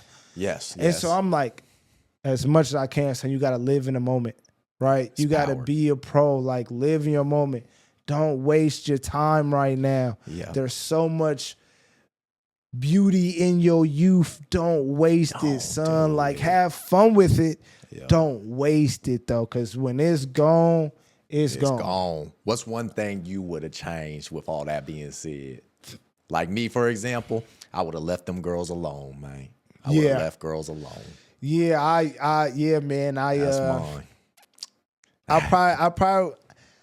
I was a lover boy, man. I put too much energy. I should have see me too, but see, I ended up having like a steady girlfriend throughout my high school years. Yeah, man. And not to say that was a bad thing, but you know, we was talking about marriage and stuff at 14, 15.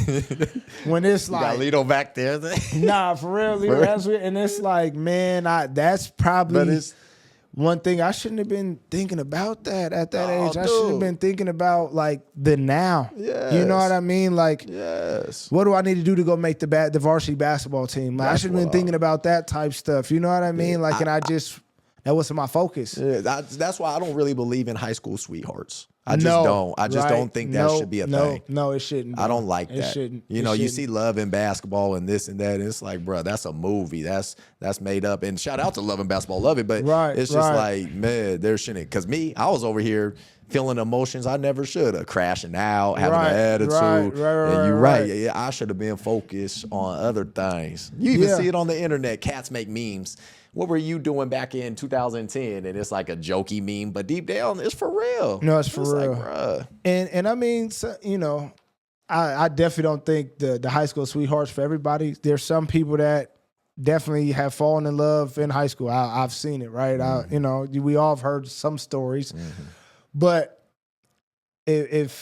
But they're the exception. Yeah, they're the exception. I would say this, right? The one thing I probably would change for real, so I probably would seek out more mentorship.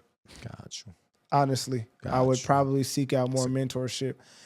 Right, growing up, you know, single parent home, mom working 2 to 3 jobs the whole time, right? Like, it's like I needed guidance and I really didn't have it. And I was looking for it in all the wrong places, all the weird spots, and I was naturally funny, right? So I was all like being a class clown. That was just kind of my thing, right? That was my thing.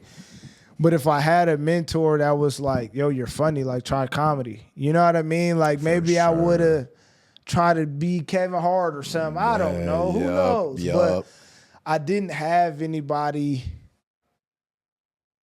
that really was like, yo, this is kind of what you're good at. See what you can do with this. Right? So, you know what I mean? That like makes total sense. God already gives you gifts. It's just sometimes you don't know what they are.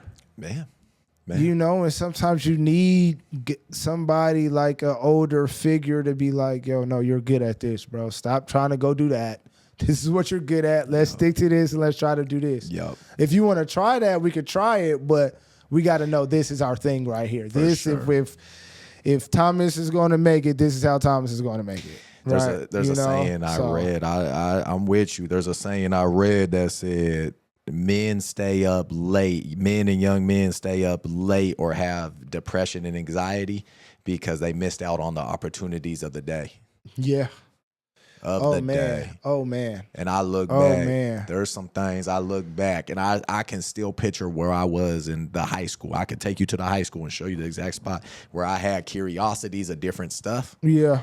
But all I knew, and this is just on me, I just put pressure on myself to be a ball player or like focus on the girls. Right. And I'm like, bruh, I look back and I'm like, damn, I wish I would have opened that door in high school, walked in and just tried it. Just tried it. Yeah. So it's like, you have, and that's why I'm like, these kids that do have, you know, a dad in their life, don't take it for granted, man. It's a blessing, bro. It is a real blessing. You don't understand because your pops was you.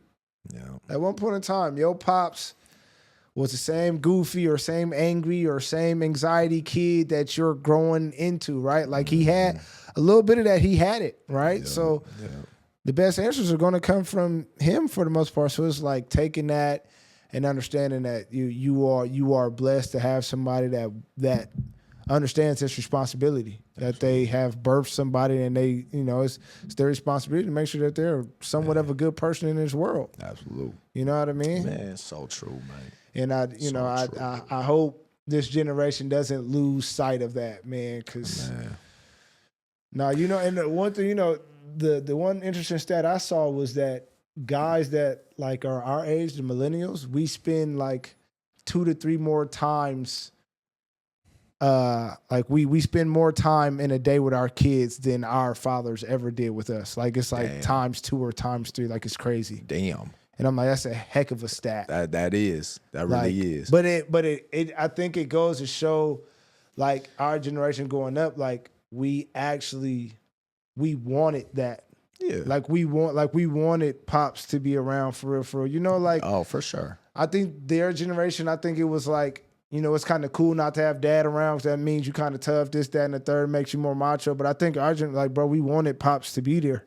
You know, I think our generation wanted that. So now that our generation was one of the generations that had it the worst, now we're like, nah, we're going to be present. Whether me and mom's together, whatever, like we going to be present in that kid's life. Yeah, shout out to wifey. Hey, but that's what it is, you know. Yeah. Being in that our kid's life, I think that, man, it's huge. It's a huge thing. And I think this world is going to be a lot better off just off of that one statistic, bro. Of us spending way more time with our kids than our fathers did with us, it's going to be. Shout out to you. Because, I mean, you growing up and not having pops around like that. Yeah. You, instead of like playing the victim or like just this. I definitely played the victim, brother. I did it. I did it, man. I definitely did it. And I, you know, not to cut you off, right? Nah, you good. That's a tough subject for me just because I'm junior, right? Like I'm Thomas Bullock. I'm really like the third, right? But I'm junior, so it was always, and I'm his youngest son, so it was always kind of like, well, pops, you see me, like I'm here, man. You know, like why you don't see me? Like I'm right here. I'm you. I'm junior you. Like I'm really, really you. Like you see me, you know. Yeah. So that hit you hard then growing up. Oh, that hit, yeah. So you acted out on it? Yeah, man. A lot of emotions. A lot of emotions, dude. I mean, but see, and that was the thing. Like when I first moved to Oregon from Jersey, every night I probably prayed. Like, and this is where I even lost my relationship with God a little bit because I mean I was a prayer warrior for a dad, man. I wanted my dad so bad, man. I wanted him in my life so bad, man. But I ended up like kind of like getting over it. You know what I mean? Because I would go back to Jersey every summer and visit. Like my mom and dad both got 12 brothers and sisters, right? Damn. Yeah, man. I come from a huge ass family. A lot of aunts and uncles on both sides, brother. Sure. A lot of aunts and uncles on both sides. So yeah, man, that was for me. That was always tough. And then what made it a little bit harder for me is both of my best friends. They both had their mom and dad in their life, right? So you seeing that? See, I'm seeing it, right? I'm seeing it, right? And so one of my best friend's dads, he ended up like. He was on us all the time, right? And this is I got a lot of respect for him now. I wish I would have. He's one of the guys I wish I would have looked for a little bit more guidance. I got you. Ask those questions. Ask the tough questions. Like just ask the tough questions. Man. But one thing that stuck with me with him, and I try to take bits and pieces from the men that I did respect, right? I think that's where I kind of, built myself up. Is I've taken bits and pieces from men I did respect as much as I could. I try to learn the right things. Sure. But the one thing I learned from him was, right, like he one day, I think we came back from like a house party or something. My best friend and his little brother is out downstairs cleaning up, doing what they need to do. I'm upstairs, right, sleep in their room, and it's probably 1 p.m. Damn, slumped. I had a great night, man. Had a lot of good wall dances that night, man. That's back in them house party days, yes. man. My goodness. Them was some fun days, man. Woo! But so I'm asleep. I already know they downstairs, cleaning up. Yeah. I hear him come in the door, and I'm like, shoot. Because he's one of those dads, like he on them, right? All the time. He on them. Like if they chores not done, they can't do such and such. I mean. Damn. Yeah. Which is, hey. So he comes in and he's like, Thomas, what you going to do? Just sleep your life away? And I'm like 15, 16 at the time. It's 1 p.m. He like, so many people have already lived so much life up into this 1 p.m. time. What are you doing? And it didn't dawn on me at that time, obviously. I'm like, man, here go my bro's dad being weird again. That's what I called it, weird. Strict. Like, bro, he always on us, bro. Like, hey, let me live. Like, I just came, like, we was all out all night last night. Like, hey, chill out, Pops, I'm cool. But now, it's one of those things where it's like, I'm trying to install in my son. Like, hey, man. Let's not waste time. Anything we do, like, and I'm really like the kids I train and coach, they'll tell you, like, Coach T will send you home. Like, I will give your mom and their dad their money back. Damn. I will tell you to go home. I am not about to sit here and waste my time. Absolute. That is the one thing I am not going to do when it comes to coaching. I'm not going to get it back. I'll see you tomorrow. Obviously, you're not ready to go.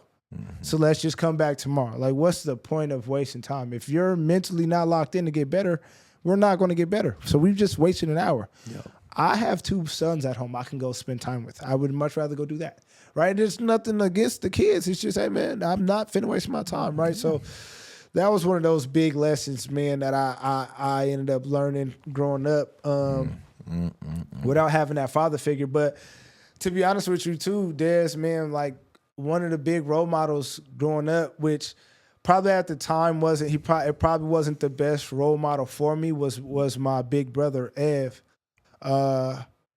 He was just a stand-up dude at the time. Got you. Right? Like, when I went back home to Jersey, like, he took me everywhere. We did everything together. He showed me the ropes, like. And this is what I thought my dad was going to do when I would come back to Jersey, but my brother ended up doing what I thought my dad would do. Got you. So like a lot of me, you know, ripping and running the streets a little bit came from, well, this is what my brother does, right? Like this is, you seeing him, you looking up his way. This is what he does. Like, and not to put, you know, Big Bro's business out there, but he counted $500,000 when he was 16, 17. Damn. Like he touched that much money when he was younger, right? So for me, understanding that and hearing that, it's like, okay. I see what, you know what I mean? So that's where I kind of slipped a little bit in my life, but at the same time, there was principles that he held himself to. Okay, like no matter what he was doing, good or bad, he always held himself to a high standard, right? And so that's where, like, even to this day, I always tell, I always joke with him, like, yeah, like you was my pops for real. Like you was my old man. That's what I call him. You was my old man. Like you was him for me. Damn. Yeah. Damn. Yeah. So then you also, I remember you did. So you had Big Bro. Yeah. And then you went to SEI. SEI. Yeah. So then, so connection real quick. Besides Tiara, you knew my cousin Didi Darius. Yes. That's my guy. Yes. That's one of them Sandbox homies right there. That's from the Sandbox, right? He was talking about you this week. He was like, yeah, tell T what's up. Nah, man. He, like, to be honest with you, like, it's so funny. So me moving out here, like I told you, like I have a big family in Jersey. So me moving to Oregon, I'm like, yo, where's it? Like, yeah, I see my family, but they're like scattered, right? So my quick story, like my great grandma had 3 daughters. Okay. All 3 of them basically had big families, right? So my great grandma had the 12 kids. My great aunt had like 10, and then my other great aunt had like 8 or 7 or something like that. So like all three of the daughters had. So the other 2 daughters lived on the West Coast. My great grandma is the one that lived on the East Coast, right? Okay, so I really didn't know that side of my family. Right. So when I moved out here, your cousin Didi, he was one of my first friends. So like I was calling him my cousin. Like he was my fake cousin growing up in Portland. Like what? No, like for real, man, I called him like to this day. If I hit him on Facebook or Instagram, I'm gonna say, "What's up, Cuddy?" He do that. I'm gonna be like, "What's up, Cuddy?" Like that's my cut. Like you, my Cuddy for like that. I didn't have no family, so he was like one of the first dudes. Much respects, much love, Didi, to you and your fans. But he was one of the first dudes to really show me some love out in Oregon, man. You know what I mean? And not care that I wasn't from here. Man. You know what I mean? And so he was one of my guys. And then being at SEI, you know, the third man in my life that I looked up to was a guy named Mr. Arnold, African man, dark skin with blue eyes. Damn. No lie. What? Straight ladies man because of them blue eyes. Oh, them eyes, it's over. Like I'm telling you, like darker than me, blue eyes, straight accent, right? But goofy as I don't know what. Stand up guy. He had them eyes like Riddick. Yes, bro. Riddick? Like yes, just blue eyes. Like how your eyes like this, Mr. Arnold? Like what? Like it's over. You got them eyes. Nah, it was over, man. But nah, great dude. Actually, I just had a conversation with him probably like 3 weeks ago, man. The SEI is trying to start up another drum line, and he was just calling me, and we was talking about how, you know, the kids now they don't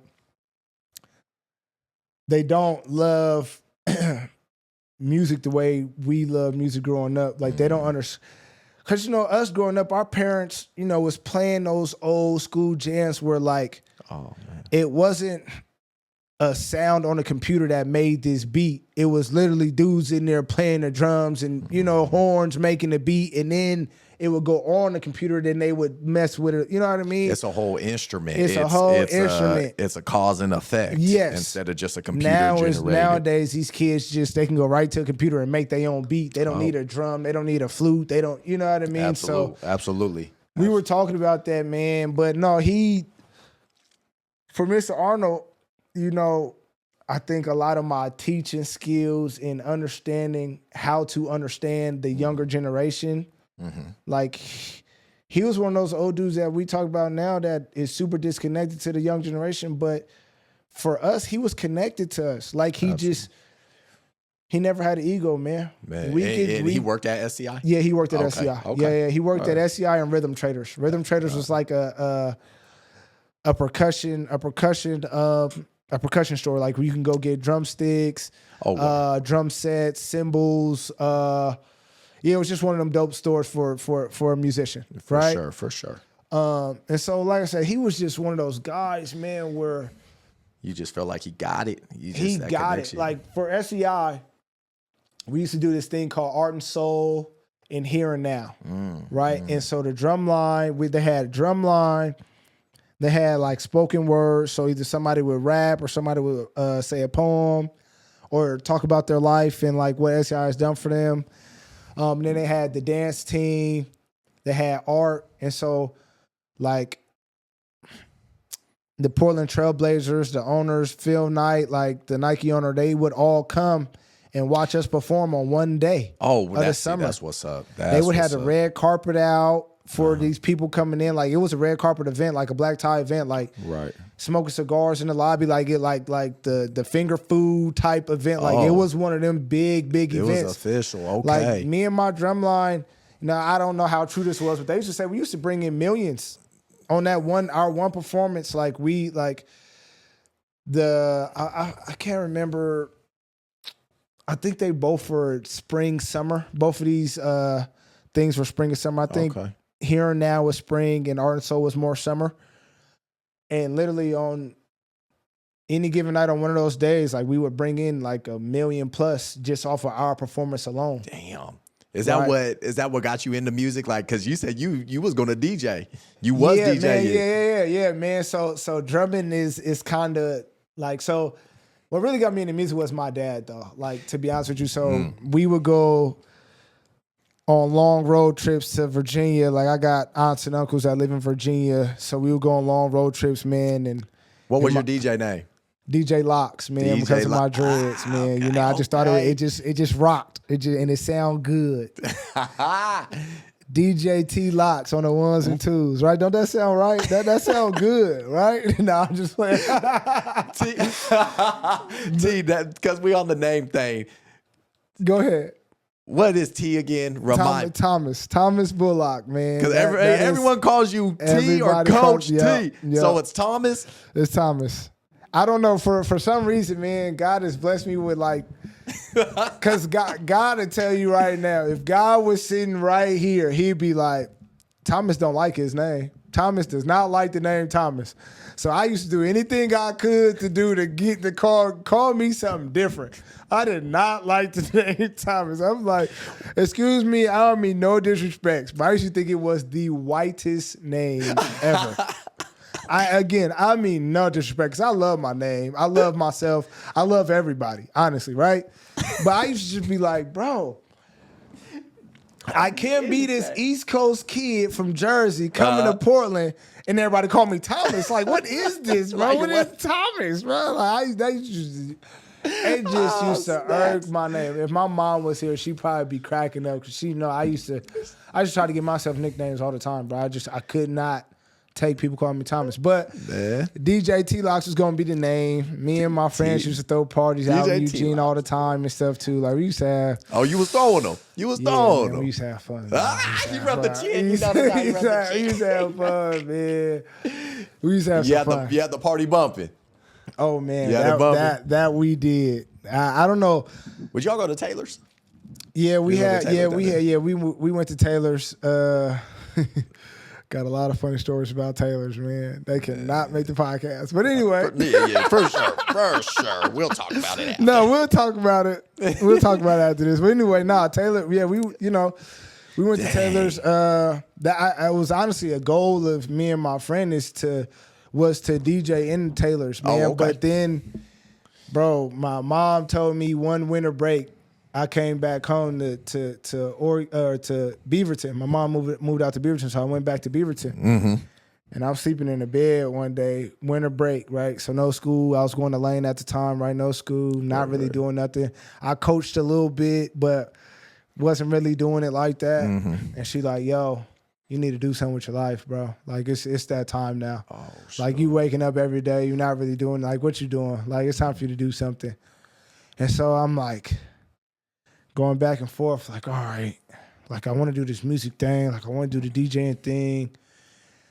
But something in me was just like, I don't know if that's really what I want to do. Like, I always question it, like I want to do it, but something in me was like, right. Is that really what you want to do? Yeah, that the 5-year plan. You look down and you're like, do I want to do this? I really want to do that. Do I really want to do it? Yeah, like, every weekend going out. And I'm like, and at the time, I'm like going out every week from Wednesday to Sunday. That was my life. That was going out. Sounds exhausting. It was exhausting. It was exhausting. So I'm like, do I really want to do that? So I ended up getting into coaching. That's when I really ended up taking that time in to start coaching. And Roger Cool, shout out to the Cool family. He gave me my first little coaching gig with TRBO, man, and kids sports and all of that. So that's when I really started getting into coaching on the women's side of basketball. Because up until then, I've only coached boys and you know, the AAU side of boys basketball. I'd never really gotten to high school yet, right? So that was my first really like breakthrough. Yeah, breakthrough. Yeah. And so I ended up being like I was like the defensive coach for this 8th grade girls team. And 1-3-1 was like my defense. I used to love the 1-3-1, man. I wanted to trap. I was an aggressive coach. Yeah, I wanted to go get them. Yeah, I wanted to go get them. Yeah, go get them. Yeah. And so, I was that aggressive coach. So, like, you could go to my Instagram now and then go scroll back to when I first started coaching. Yeah, we was beating the brakes off some of them teams with my 8th grade team, and that's when I'm like, yo, this is so fun. And I fell in love with it, and ever since then, it's been a wrap. See, that's Coach T ever since then. Yeah, you got that Coach T down good. Everybody know you as T. As much as I wanted to be DJ T Locks, I'm like, this Coach T is I'm Coach T, bro. This the life I wanted to live. You got it down because everyone know you a T. I can say, hey, Coach T. They be like, out this way now. Yeah, I definitely have made a name for myself, man. I think it's just because I love the game so much. I try to be at as much basketball things as I can be at. Yep. You know, and it's hard, man. I got so many kids that I coach and I have coached. I train. I do train. I can't be at everything. And Coach T is sorry, but I be trying. I can't be at everything, y'all. I be trying. You a real one though. You showed up to senior night for Springfield. Yeah, Shouted out Vinny. Vinny hit the 1,000-point mark, points, man, and that's a testament to Vinny, man. Shout out V. Because he didn't have the best of teams at Springfield. So for him to still score 1,000 points is a testament to what he wants to do. I hope he had a good showing today at the prospect camp that was going on today. Yeah, best of luck, V. So I hope he had a good, I hope he had a good showing, man. I told him like I had him in the gym the night before. Okay.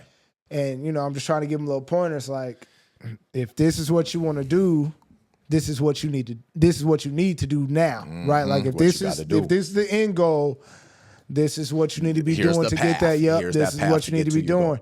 So I hope he took, and Vinny's one of those kids that's going to take not just to say what I say is the right thing, but I think he's one of those kids that respects what I say, and he's going to take it to heart and actually try to put some fight to it. So I hope he did that today. I hope so. And I mean, for him to hit 1,000 points and he's like the assignment every night. Like if I'm coaching against Vinny, I'm like, oh, hey, you guard Vinny. Like that's just what you do. Right. You stop him, Springfield really has nothing to the most part, right? Like Jonte's really good. Shout out to Jonte and Dev and all them, but you stop Vinny, that's their 20-point score. That's tough. And he still hit 1,000. That's impressive. Still hit 1,000. Man, I don't got too many kids that I've trained that hit that 1,000-point, man. So that's why I say, like, for him to do that, like, that's a testament to how good the kid is, man, at the game of basketball. Absolutely. And then, so T, safe space here. So you went through a duration where you weren't doing. A couple months ago, we were talking about it. We was both hurt. Yeah, we was hurt. I was Garage Talks was hurt. You was hurt, which I didn't know. Yeah. You got on to FBC. What's FBC again? So FBC, right? First, what I really got on was flight. Flight is an AAU program out here that's ran by Brandon Rath. Okay. Great dude. Okay. Really, really good dude. That's an AAU team or? It's an AAU program. Got you. They started out with the boys side, but now they more so do the girl side. They got a lot of good girls out this way that's coming up. Like Nunu is one of the young girls that's on that flight team, right? But FBC is a dude named Nars. I haven't had the pleasure of meeting him yet, but that's the goal. Is to someday to be in the same room with him at some point in time, right? Now, what's FBC stand for? What's that acronym? I'm not slipping my mind right now. Because it's at the West Coast strength, right? Yeah, that's where I do a lot of the training at. But FBC is it's FBC Alliance. I'm not 100% sure what the FBC stand for. Got you. Right. But I think it's probably like family basketball, something around that aspect. I'm not 100% sure, right? But it's FBC Alliance. The head dude is Nars. He's a dude. He just got voted like one of the top 100 most influential guys on the women's side of basketball. Okay, right? Like he's one of them ones. When we talk about one of them ones, he's one of them ones when it comes to basketball. And so man, I just walked into this amazing opportunity of being a part of what they already got going. Gotcha. And I'm just hoping that I can help, whatever I can help with. I'm just hoping I can help, man, make it even better if I can do that, And all that's out of West Coast Gym in Springfield. Yeah, that's where I'm training out of right now. Yep, that's where they kind of practice out of. They have a team up north as well, up in, I believe I'm not sure where they're actually playing out of. I know they go up to Salem and play some games. I think they practice out of a court up in Salem. But there's two flight top teams out in Oregon. Gotcha. That are out that way, man. But no, FBC, man, they are taking over on the girls' side of basketball. They know what they're doing getting you. I mean, because do you also do you help kids develop too? Yeah. Player development is that's my, I like to say that's my bread and butter. I think I'm a really, really, really good coach, but my bread and butter is player development for real. Do parents, in your experience from that, do parents let you coach? Do they let you coach their kid? Train their kid, push their kid. Yeah, they do. They're a little more protective nowadays. Parents is, I'll say it for us. No, they're definitely more protective. I would say some dads are trying to live through their son's journey, which makes it a little tough, right? And it's not to say it's a bad thing, right? But it's a fine line, Some of these parents have to understand that they gotta let go and let their kids be them, be who they are, right? You're always going to be pops. You're always going to be the first person they run to when they do something good. Right. You just got to know that. Absolutely. You know what I mean? You just got to know that. And I think that's where a lot of the times where the disconnect for me with the parents happens sometimes is they think that Coach T is too involved, where it's well, I don't call myself a coach. I'm Coach T, but I'm a mentor first. I'm here to really help your child, not just in basketball. I tell every kid this. Once I start coaching or training you, I'm in your corner for life, bro. There ain't no you getting rid of me. I don't care if me and you got into it. Like I told you, if I sent you home one day and you got to go, I don't care about none of that, bro. That don't affect me at the end of the day. Absolutely. My bottom dollar ain't the dollar. My bottom dollar is me helping you, bro. And that's just yes. That's going and back that's just what I do. That's just me at the end of the day. That's going back to you being engulfed in that moment, we talked about at the start. 100%. People, your shine is. It's too bright for them sometimes. It's just too bright. They don't get the vision. And they're like, bro, I'm just trying to. And they got to understand, too, is your son or your daughter only reaches their full potential when they know that you trust them. And if you're the parent that's going to every session or going to every practice or going to every game, and you're like trying to critique every little thing that they do, then they start to understand that you don't really trust them to be themselves. Like, and again, like we said at the beginning of earlier in the show, kids aren't stupid. They may not have the best grades, but when it comes to like that social thing, bro, their kids aren't stupid. Their conscience be talking. They understand. Yo, Pops does not think I'm very good, or he would just let me go. Same as the coaches. Like it's the same. It's kind of the same thing, right? It's kind of it's kind of that same aspect, man. Yeah, trust me, let me roll. Let him rock. Let him figure it out. And if he does mess up, let him mess up. Like I just had a great conversation with this kid's dad a couple days ago. I won't say names, right? But I had a great conversation, and he was saying how now as a dad, and he's a coach, like, and he's coached his kid before, right? Okay. Like he's coached his son, but he had a new view, bird's eye view on the whole aspect of his father-son relationship and coaching his son relationship, right? And he's like, well, he just said, I'm going to start taking, he said he saw something that says like, take a step back and see what happens. And he's like, Coach T, I don't even bring up basketball when he's done doing basketball.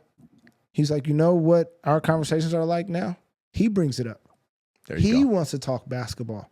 So now he's inviting me in to his space of basketball instead of me trying to kick the door down and tell him this and that and this and that. He's like, no, hey, Dad, like, yo, did you see me? I just did this and I did that. Did you see when I messed up too? And it's like now he's like, my son is having a conversation with me about basketball, and it's not just, oh, I did this wrong and I did this right. Like he's actually talking to me about basketball. It's nice being wanted. I mean, I'm not a parent, but it's nice being wanted. Your kid saying, hey, come on, I want to talk to you. Instead of, be quiet, Dad. Bow, shut the door. And be quiet, Mom. And look, he's like, now his son is like, yo, Dad, like I need to go back to Coach T. Like he knows what he's doing. See. And it's like, that's what you want your son to build. Like if you have to be that dad where it's like, hey, bro, get up and go to the gym. If you got to be that guy to your kid is never going to really be that basketball player, right? You're trying to make them into something they don't even really want to be. Yep. You know what I mean? And so that, when he told me that, it even made me kind of start rethinking my relationship with my 8-year-old. Like, okay. Yeah, you got to heed that. I like kind of where you're going on that angle of okay, just let him live a little bit. But he also was like, T, for you it's kind of hard because Caden's always with you in the gym every day, all the time, whether you're training him or not. You're kind of like coach/dad all the time with him, so you're always trying to figure out your line. He was like, for me right now, I'm not coaching. I'm literally just dad. Yep. So I just took all that. I'm taking that step away. Yeah. And that's where it's like. That's where parents gotta heed that. Yeah, it's like if this dad can do that and he actually coaches, like this is what he does. Yes. If he can take a step back and just be dad, why can't dad that's never coached just be dad? Why are you trying to be coach and dad and you're not? You've never been a coach. Man, thank you. You've only been dad. So just be dad, bro. Just trust the situation. Trust the person. Support the kid that you love and what he loves. Like, just support. Like, why can't you just do that? That's why I like Honey and Luis. Yeah. So there's Honey and then Luis Romero. Shout out to both of you two. Yeah, much love to them. Yeah. Shout out to you both. They let their daughters just go hoop.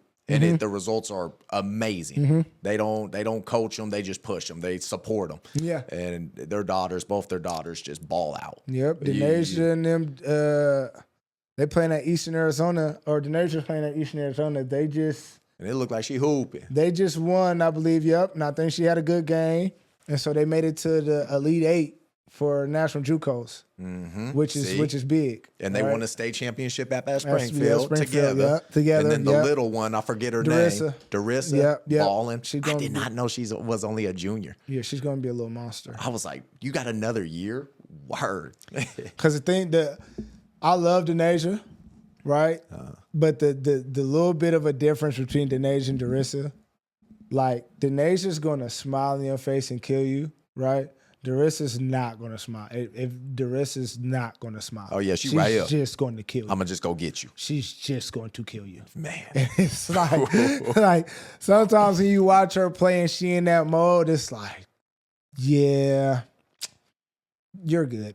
Like what else can you say? Like, yeah, you're good at basketball. You're one of them. You're one of them ones. You're a real hooper, man. You're a real hooper. Exactly. So, yeah, no, and I love their parents sit there. Honey will be yelling and cheering. Yeah. Luis back there getting the footage. And I love that. They're not on the coach. They just the Felipes too. Felipes are nice too. Yeah, but they put the one thing about those families, right, is that they put their daughters in positions to where they can succeed, but it's not an easy path to succeed.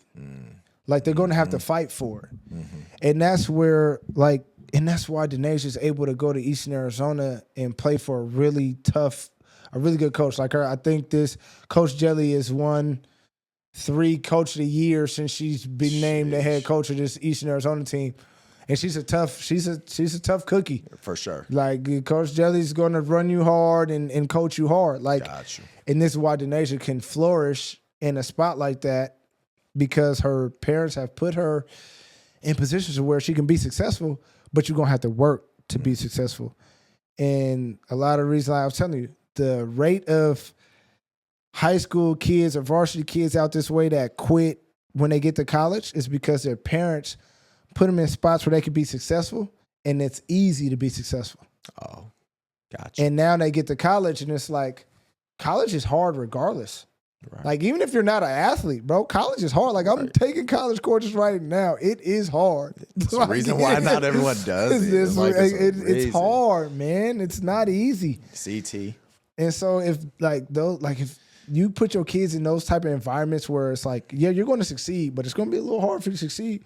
When they get older and they get put in these environments, it's so much easier, man. It is. It's so much easier. So, T, on that note, I go back, man. I'm going to bring this up. What do you think NIL deals and money is messing with some of these college ball players? It's tournament time right now. What you think of that? Man. What's your perspective? I was actually that young coach I was telling you about. We just had a conversation. He was telling me that there's a player that their team just made it to like the Elite 8, but he hit the transfer portal because he's not rocking with his teammates and his coach. And it was like, that's wild. I heard that. Your team is winning, but you about to jump in a transfer portal? Who do you think wants you?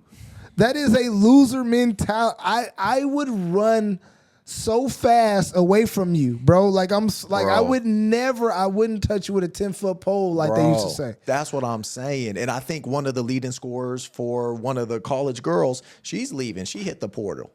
And she's like the leading scorer. She was the leading scorer in the country. That's crazy. Yes,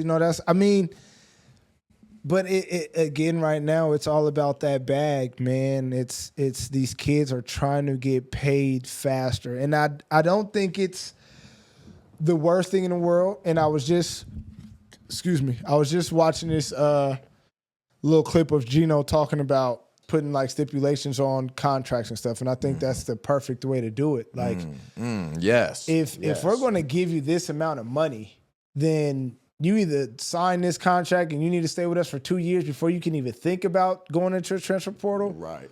Or you're going to pay back half of what we gave you. Like, you're not going to get that whole lump sum. Yeah. And I think that's where we got to start holding these kids responsible for that type of stuff and accountable for that. Because, man, I mean, if I can go here, make a meal, do my thing, kill, but I really don't like the coach really don't like me, and then I can leave, go make $1.5 million over here, and then I don't really kill, and I don't really like the coaches, but I'm still a top 5 draft pick, and then I want to go over here and make $2 million. Like, bruh, you are setting very bad standards for when they do touch the league and actually start making that real money. Absolutely. You're just setting bad standards for that. And so I think the NCAA will sooner than later come around. I think it's just all coming in fast, though, to be honest with you. Well, and it's a lot of money. It's a lot of money. It's a lot of money coming in fast. What's this? The fourth year it's going on. Fourth year, and it's a lot of money coming in fast. And I do think college athletes should be paid. I do. Don't get me wrong. Yeah, I think they should get paid, but I don't think it should be as much as they're getting. I'll be straight up with you because when you're getting paid, like college is now becoming a job. Yeah. Yeah, it's a job. You're getting paid for your services. You're giving me your time. You're performing. You're getting paid. Yeah. That being said, I need you to show up and perform. And just because you have one bad run-in with a coach, which is going to happen, it's a relationship, you don't just skip town and be like, look, I'm out. Like, I like your idea of the 2 years. I agree with you. I think you should get 2 years. Skating out with $1.5 million. That's the crazy part. Is that they could just skate out with $1.5 million. That's like what I'm saying. They just leave. That's so crazy. And see, that's the other thing. Like, we're paying. Michael Jordan said this best. We're paying kids, and this is years ago. He was on Oprah. We're paying them on their potential. Yep. Their potential. It's no guarantee that they're going to come out. Yep. I mean, look at Juju. Bless her heart. I hope you speed recovery. Man, busted that knee. Yes. It's like, man, like you never know what's going to happen. You never know. And in her case, she should still be compensated because she is a straight baller. But most of these kids, it's like, bruh, you got to show up and show out. You got to show up and show out. And that's where I think they got to find that line because they definitely deserve to be paid because, like Juju, what if she doesn't come back off of that injury? So she deserves to get a little bit of money for being a pro athlete. Absolutely. The amount, like you said, like, gosh, Lord Jesus. And then I know a couple years ago, I saw, I don't know if it was women's basketball or volleyball team, but they all got trucks or something like that. And maybe it was a football team. They all got trucks. And I'm just like, it's a little much. I get it, but everybody ain't even got no license over there. Like, you just giving everybody a truck just because it's a deal. Like, God, that's crazy. And that's nice for the families and that's nice for the kids. But it's like, we got to compare this to real world stuff. There's still another level to achieve. The NBA, the WNBA, the next level. And for me, I just think it affects the game so much because they know I'm getting paid. I get my money.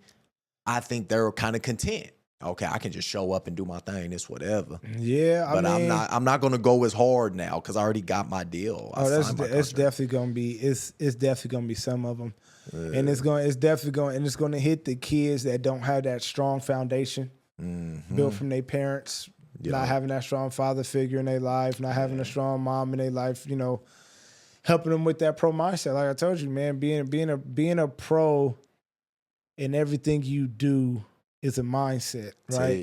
And having the right foundation from your parents and your family and your loved ones and seeing people do it and then they telling you how it's supposed to be done. Man. That's how, but some will make it and some won't make it just off of, their foundation not being strong enough. They don't know how to make it when things get like that, And I think the people some of these kids grow up around, a lot, they're greedy in their own sense. Parents can be greedy. Aunties and uncles can be greedy. Best friends can be greedy. Yep. And I think subconsciously they're like, look, there's only 450 spots in the league. Chances are you probably won't make it. Yep. There's chances. Let's get the bag as much as we can in this college. Yes. That greed is coming in. Yeah. Oh, okay, this school don't want to do this. Cool, we're going here next year. Cool, we're going there this year. And that's where I think that greed, there's so many layers to it. You're AAU coach. You know what? Hey, let's have you go this way then. Right. And it's like you're messing up the chemistry of a team. Because if I'm a teammate, I'm like, yo, he's skipping out on me? What? Yeah. That messes with people. So I think it messes up it's crazy. I mean, the number one high school recruit right now is going to BYU. Exactly. Whoever offers the most money. Right, like BYU has never had the number one player coming out of high school. So they got money right now. They have to have them.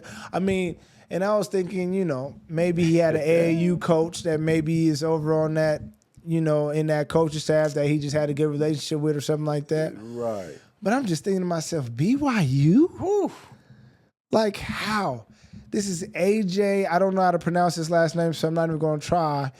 But AJ is like the people they are comparing him to on this basketball court is crazy. and he's going to BYU, not a Duke, not a Kentucky, not a UCLA, not a USC. He's going to BYU. Damn. I don't even understand. I don't get it. Maybe there's a player on that team that he played with. Maybe it got, but that bag gotta be big. It's the bag. It gotta be the bag. Gotta be big. It's man. I'm telling you, man, it's the bag. Because that's crazy to me. I do definitely think it's just, it's for college. It's just crazy, man. It is. It's crazy. So I tell you. So T, I'm gonna rattle these off before we wrap up real quick. Yes, I got some fun questions to rattle off for you. For sure. Who's your top 5 all-time pro? Basketball or what we doing? Just sports. Period. Basketball. Okay. Who's your top 5? Dang. I've answered this question so many different times, but I probably have given different answers every time. Damn, right? So what's your go-to? Because it's a revolving door with me, man. I don't know. It's like it's hard. This is tough. I don't know, man. This is tough. All right, if I'm going off of like childhood and what I like basketball wise, yep. I'm going. See, this first one always messes me up, bro, because God dang, this one just always messes me up. So, all right, at the point guard is either Magic or it's AI. One of those two. Okay. It's either Magic or AI. 1A, right? 1B? Yeah, 1A, 1B. Okay. Right? And for my first 2 spots, it's like that. And then for my shooting guard, it's 1A, 1B. It's either Jordan or Kobe. Okay. Right? And then I know a lot of y'all ain't going to like this at all. This is yours. This is your choice. Damn what they think. But it's going to go KD, Tim Duncan, and then Shaq. Got it. And I'm not even saying that they would be a good collective together. Those are just my 5 that I enjoyed watching, or my 7, I guess, I enjoyed watching over my time. Coldest white hooper. Who's the coldest white boy that hoop? My man, Jesse Hubie. Shout out Jesse. He from Eugene, Oregon. That is my guy, man. I call him white chocolate. The real white chocolate. The real white chocolate, I believe, is actually from St. John's out in Portland, for real. The one that plays street ball, the real one, right? He's from Portland. He came from Yeah, he's from St. John's, right? He the real one. But Jesse Hubie, that's your white hooper, not Dirk Nowitzki, guy. not Page, not no Jesse. Listen, and now we talking NBA. If we are talking NBA, okay, NBA after. If we talking NBA. Nah, Jesse is my guy. I think Jesse is so cool. But if we talking NBA, favorite white hooper has to be Larry Bird. Going Bird over Dirk? It has to be Larry Bird. I go Dirk. And this is why I say that. For him to tell a coach, you better put a brother on me because none of your white players can guard me. I just think that is otherworldly. Like for him to say, yo, white players can't guard me, you better put a brother on me or I'm about to give y'all like 100. Like, yo. That's it. Larry, bow down. Bow down. You got it, brother. And then I believe he's one of the only NBA players besides Kobe to go for 20 plus with his left, and he's a righty. That's crazy. That is crazy. And John at the same. And John. And he got 3 rings. He got 3 rings. That's fair. I'm with you. Bird is, he was that guy. Next one for you. Okay. Favorite basketball movie? What's the go-to ball movie to get you hyped? Coach Carter, man. Ooh, I gotta shake your hand on Coach that. Carter, man. Coach Carter, man. I know. Nah, all right. I got 2. I got 2. Carter 1 though. Carter is 1 in Sunset Park. I don't know. It's a classic. They just, I thought because it was a women coach. and she was coaching a whole bunch of young black men in the hood. And I just think that is like, that dynamic is hilarious to me. Okay. I can't remember the actor, but she's like 4 foot nothing, mad small. You know what I'm saying? It's like all the older black actors now that was younger back then. It was one of their first like movies or something that they did. And so, nah, man, that's one of my go-tos. Sunset Park. I like Above the Rim. Ooh, no, that's a good one. That's a good one. You know that's a good one. I like Above the Rim. That's a good one. Okay, next one. Right here. What's the worst basketball move? Worst basketball move? Yes. What's the worst move that you just don't like?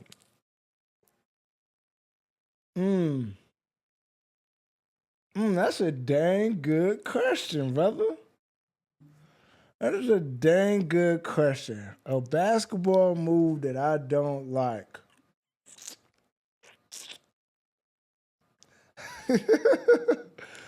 Oh, it's cooking. It's the most unstoppable shot, and it's probably why I don't like it. That damn hook shot.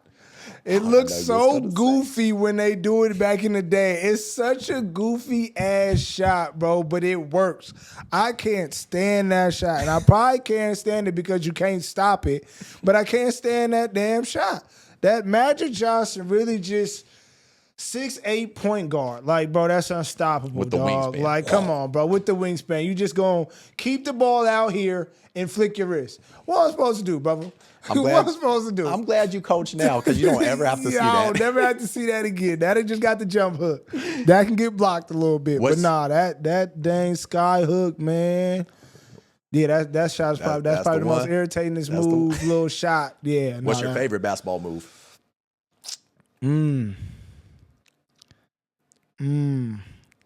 Anything that Kyrie Irving does. I can't argue that one. That man Kyrie, that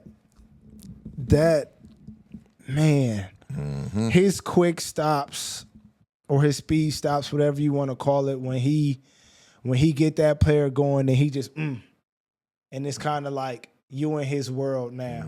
He may in and out you, he may shot fake hezzy, he may just blow by, like just when he gets you on that and you kind of stumbling and you don't know whether you should close out on a shot or give him space because he gonna drive you and put the English. It's just like, ugh. I'll just be a cone. Just do what you like, do. So I would say the Kyrie Irving speed stop is probably my favorite move. Just when he get to that behind the back, just pull back. It's like, oh, that's nasty.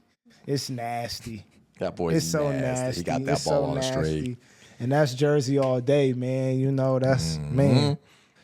T, last one here. You're playing college ball. What shoes are you rocking for these particular schools? If you're playing for Arizona, what shoes are you rocking? Damn, that's a good-ass question, Des. That's a good-ass question. I'm playing college ball. You at Arizona. What shoes? Arizona. Any shoe you want. I'm going to have to go. I'm trying to think who played at AC. I'm going to say, I got you. I'm going to say at AZ.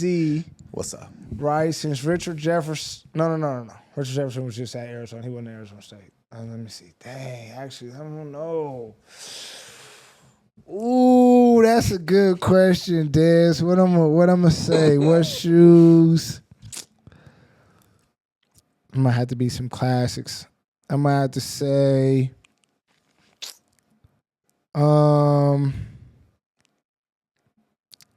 let's go with the Vince Carter Shocks. Ooh, okay. Let's go with the Vince Carter Shocks. Respect. Because, the Shocks was red. That red shock. Yeah. When he was on the Nets. Yeah, when he was on the Nets. Respect. Exactly. I like that. Yep. I'm gonna go cherry 12s. Okay. I'm going cherry 12s. Okay. I pray they're comfortable. I pray, sure. but I'm going cherry 12s. For sure. UNC. Oh, man. North Carolina. Oh, man. The ones, the any UNC Jordan ones that they For ever real? had, Okay, yeah, any okay. ones. And I know them is some of the most uncomfortable your toes basketball gonna be- shoes ever. I know they're the most Bad. uncomfortable shoes ever, but you gotta do that. You gotta do the that ones. there. Not at UNC, you gotta do that. I'm I sorry. respect that. I'm gonna copy you. I'll go the ones as well. Yeah, I go like the you ones. just got. I'm gonna copy you on that, at right? UNC. Michigan. Mm. So you got some navy blue, some yellow. Mm. Ooh, they got some PEs. I was actually gonna say for Michigan, I'll probably say some foam posits. Ooh, I like that. Some Okay. foam posits. I don't know which color, but the foam posits, they usually make like darker shaded shoes. Mm-hmm. So I'll probably say some foam posits to foam go with posies. that. Yeah, I'm with you. yeah. I like to throw it off a little bit. I'm like the one like I like my shoes to match the jersey, but at the same time, I like for them to pop a little bit from the jersey. So I'd probably say some foam posits. Okay, with so that. you wouldn't be like Rondo wearing the pink ones when he was with the Celtics sometimes? Nah, that's Like, probably a little bit too popping much? for me. Yeah, a little bit too popping. But I He do made like them it for work, it to but pop. I feel you. Yeah, for sure. Now, we're in Oregon. So, Oregon, University of Oregon. Be they the Oregon Kobe Nines, I believe. Ooh. The Kobe Nines. Okay. Yeah. I'm going. I got some of those. That's why, That's tough. tough. Yeah. The Kobe Nines. Yes. I believe they the nines. It might be the eights, but I believe they the nines. I'm terrible with the shoe numbers, but they're a low version. yeah, low They're a version. Yeah, okay. low version. Yeah. I like that. I'll go what the Duck threes. Okay. I'm going with the Duck. The those are white tough. ones. Tough. Very tough. Very, very, very tough. Tough. Very tough. That's be. For sure. That's it right Man. there. So, T, last question here, or something I want you to throw out. What would you tell a kid that's struggling in basketball, that can't find playing time? He or she feel like they falling behind. What would you tell them? Shoot, man. Probably the same thing I done told your cousin Tiara, all of them, for real, man, is God got a plan for you at the end of the day, right? Maybe basketball isn't it, you know? Like, everybody's not supposed to be a hooper, man. I wasn't. I was supposed to be a basketball coach. God didn't make me to be a hooper. He made me because I was supposed to be a basketball coach. Right. And I'm cool with that. I just didn't know that when I was growing up, but that's my reality. I was supposed to be a coach, not a player. And that's exactly what I am, right?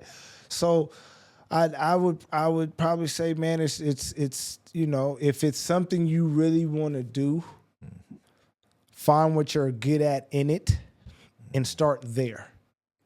Right? There's only one Steph Curry. There's only one LeBron James. There's only one Kevin Durant. There's only one Michael Jordan. There's only one Kobe, right? There's only one of those guys, right? And you want even thinking smaller just for Eugene, and there's only one Mercedes Russell. There's only one Lexi Bando. There's only one Tiara Bowden, right? There's not a lot of those kids out here. So how do you become one of those kids? How do you separate yourself from the crowd when it comes to basketball, right? Is first things first is, right, are you waking up early enough to do the little things that others aren't doing, right? Are you form shooting? Are you shooting in your bed, right? Are you dreaming as you're doing this? Are you taking mental notes or no, not even mental notes? Is your dream crazy? Right? J. Cole, there's an interview of J. Cole talking about, like, in order to make it to where you want to make it to, you have to dream past that. Absolutely. If you only dream, like, right, what you want, then you're more than likely not going to reach that because it's a dream, right? But if you could dream further than that, right, then what you actually want kind of starts becoming more reality, because now that's not really a dream no more. It's like, oh, I can reach that, right? It's not just a dream, it's reality.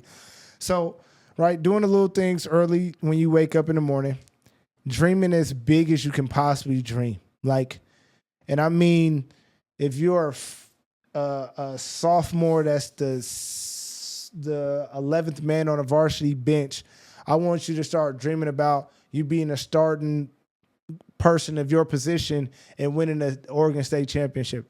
Let that be your dream. For real. And then start doing things that can help you reach that dream. Dream as big as you can. Yep. Because if you start doing things that's going to help you win a championship, then you're probably doing the right things to be on that starting lineup.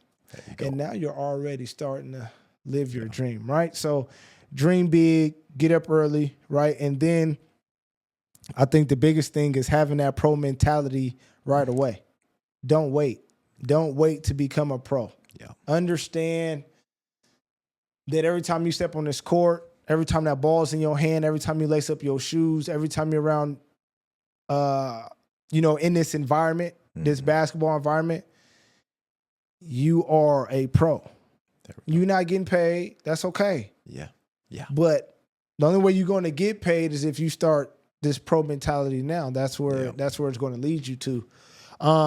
Freshmen, don't wait to be a junior. Freshmen, don't wait to be a sophomore. 100%. Go now. And then probably the last thing is find somebody or find something that when your motivation, when you're not feeling motivated, that they're your consistency. They're your consistent piece. Gotcha. Right? And not to put nobody's business out there, I think more than anything, the biggest thing I am for TR is I'm a consistent thing for her. Yeah. Like she know that if I don't answer the first two calls, right, she's going to say, hey, nigga, where you at? And then I'm going to answer that. Like, you know what I mean? Like, It's going to be a quick text. Hey, nigga, why you not? You know what I mean? Yep. I'm right there. So I think, like, if you don't have, like, not going to find you a motivator, because motivation depletes at some point in time. There's going to be a day you wake up and you're like, I don't want to hear nothing motivating. But somebody that's consistently in your ear, that's going to go a lot further than somebody that's trying to motivate you all the time, I think. So those 4 things, man. For sure. Getting up early, doing the little things, right? Dreaming as big as possible, being a pro, right? And then finding a consistent voice that's always like keeping it real with you, not just motivating you, but understanding your path and understanding what you're trying to achieve and keeping it real with you. Like, hey, bro, like, that's not going to help you get to that. Yeah, exactly. This will help you get to, go do that, right? So I love it. Those 4 things, man, I think if you can, surround your life with those 4 things growing up in this, the high school arena or even in middle school, if you can start doing that, you're ahead of the game. Man, you're ahead of the game for sure. Thanks for being here, my brother. I gotta hug you on this one, man. Brother. Appreciate you, man. Good show, man. I appreciate you, man. This was fun. No, for real, man. I hope I can come back and do another one, man. Absolutely. World, as you know, we jump in and have great conversations on Garage Talks 5417 podcast. Give it up for Coach T right here. Much love to him. Much love. Great conversation here. Hey, if you listen to ADs, get this man a job. He need to be a varsity coach. I'm saying it. I'm saying it. He need to be a varsity coach right here. This is our basketball episode. So, World, thank you for your time. Thank you for listening, stopping through the garage for a great conversation. Remember, hug your loved ones. Spend time. Be present in the present. And we out of here. Bless.